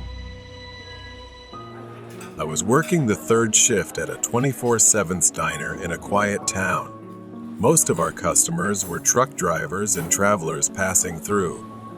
But the strangest people I've ever met were the drifters, addicts, and hitchhikers. That night started like any other. Carl, the cook, had been working at this place for over 15 years, and he had seen it all. His sharp eyes could spot trouble from a mile away. We were perfectly in sync. I served tables, and he flipped burgers. No, with a new cast in the pipeline, and he flipped burgers. Around 4 a.m., the shift was well underway. The place was completely silent, not a single person in sight. The only sound breaking the silence was the hum of the old refrigerator. Suddenly, the door creaked open. A man stumbled in, clutching his right arm to his chest. He didn't say a word, just shuffled past Carl and me, heading straight to the bathroom. His clothes were torn and filthy, and his face was twisted in pain. Carl and I exchanged glances. We'd seen strange customers before, but there was something off about this guy, more than just a regular drifter. I asked Carl, "Doesn't he look familiar?" After a moment, I remembered. That guy had come in before, begging for food and a ride. We had to kick him out because he was bothering the customers. But now, something had changed. He looked panicked, like he had seen something terrifying. Carl just shook his head, muttering, "Here we go again." I looked at the bathroom door. I didn't want to check on him, but I didn't have much choice. Carl handed me the keys, nodding toward the bathroom. "Go check if he's all right." I knocked on the door, asking if he needed help, but there was no response. I knocked again, harder this time. Still, nothing. I called out, fumbling with the keys. I pushed the door open, saying I was coming in. The bathroom was empty. No trace of the man. No dirt, no blood, nothing. The bathroom was as clean as the night before. I froze at the doorway. "End and year and ye and Andra." I screamed for Carl. He rushed over. I backed away as he pushed past me, staring into the spotless room with wide, disbelieving eyes. We stood behind the counter, both of us trying to make sense of what had just happened. How could he have disappeared? I looked at Carl, but he had the same horrified expression as I did. Then I saw movement near the front window. The man was outside, staring at us. His face was worse than before, bloody, swollen, and his eyes were bleeding. But what froze me in place was how his right hand hung limply at his side, looking like it was about to snap off. His thumb was sticking straight up, unnaturally stiff, as if he was trying to hitch a ride. Before I could grab the phone to call 911, a loud noise echoed from the back of the diner. Carl and I rushed to the back. It was coming from the freezer. Someone was tearing into the food boxes. Carl grabbed a knife from the counter, and we slowly moved in. The man was inside, tearing open a box of frozen meatballs and pressing a pile of meat against his arm, like he was possessed. But his arm, it wasn't right. His hand was dangling, almost detached from his wrist. For a moment, everything went still. We locked eyes on him, witnessing something we couldn't believe. Then, at an unnatural speed, he bolted past us, kicked the kitchen door open, and ran outside. Carl and I stood there, too shocked to react. We had just witnessed the impossible. Carl hurried to the front, locked the diner doors, and turned off the lights, plunging the place into darkness. The only light now came from the neon sign outside, casting a dim red glow on the counter. I stood in the middle of the kitchen, my hands trembling.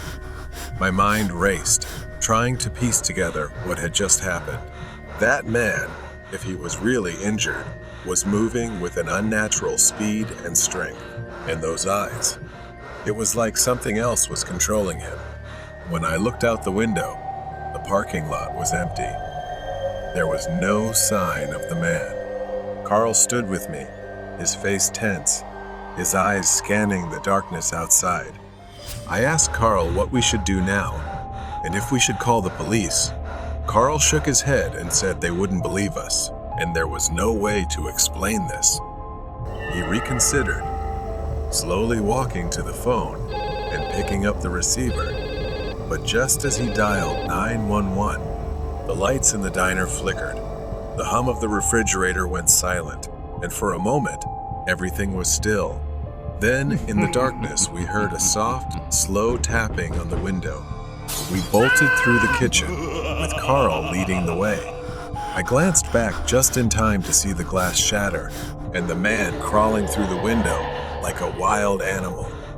Carl pushed open the back door, and we stumbled out into the alley behind the diner. Carl panted, glancing around. "We need to get to the car." We sprinted down the alley, the man's footsteps echoing behind us. He was faster than I expected, his heavy breathing growing louder as he closed in on us. I could hear his raspy voice muttering something, words I couldn't quite make out. Carl reached the car, fumbling with the keys, urging me to get in quickly as the doors unlocked.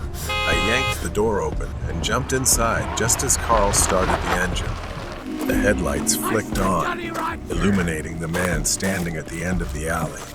Now he was covered in blood, his smile wider as he slowly raised his thumb again, rigid and grotesque, like a hitchhiker's signal. Tires screeched as Carl slammed on the gas, and the truck sped out of the alley and onto the road. I glanced into the rear-view mirror, my heart still racing. The man stood motionless at the edge of the diner, watching us disappear into the night. We didn't speak for the first few miles, both of us too stunned to process what had just happened. We drove in silence for the next hour, trying to put as much distance as possible between us and that place, but I couldn't shake the feeling that it wasn't over. I eventually called the police to report the incident. To my surprise, they told us to head toward a location near the diner. They confirmed that a man matching that description had been reported. A man had been killed in a hit and run accident near the ramp, not far from the diner. As I got closer, I saw it. It was the same man. His body lay by the roadside, his clothes covered in dirt. But the eeriest part was his right hand, still holding that thumb up, just like before. According to the report, the man had survived the initial accident earlier that night and had been able to walk. His desperate search for help led him to our diner before he collapsed on the road. But there was more to the story.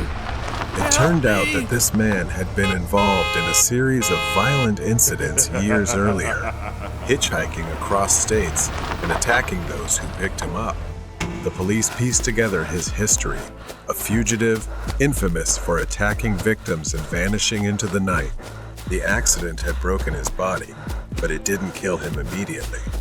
He had stumbled into the diner, seeking refuge, only to return to the streets, where he was eventually found dead.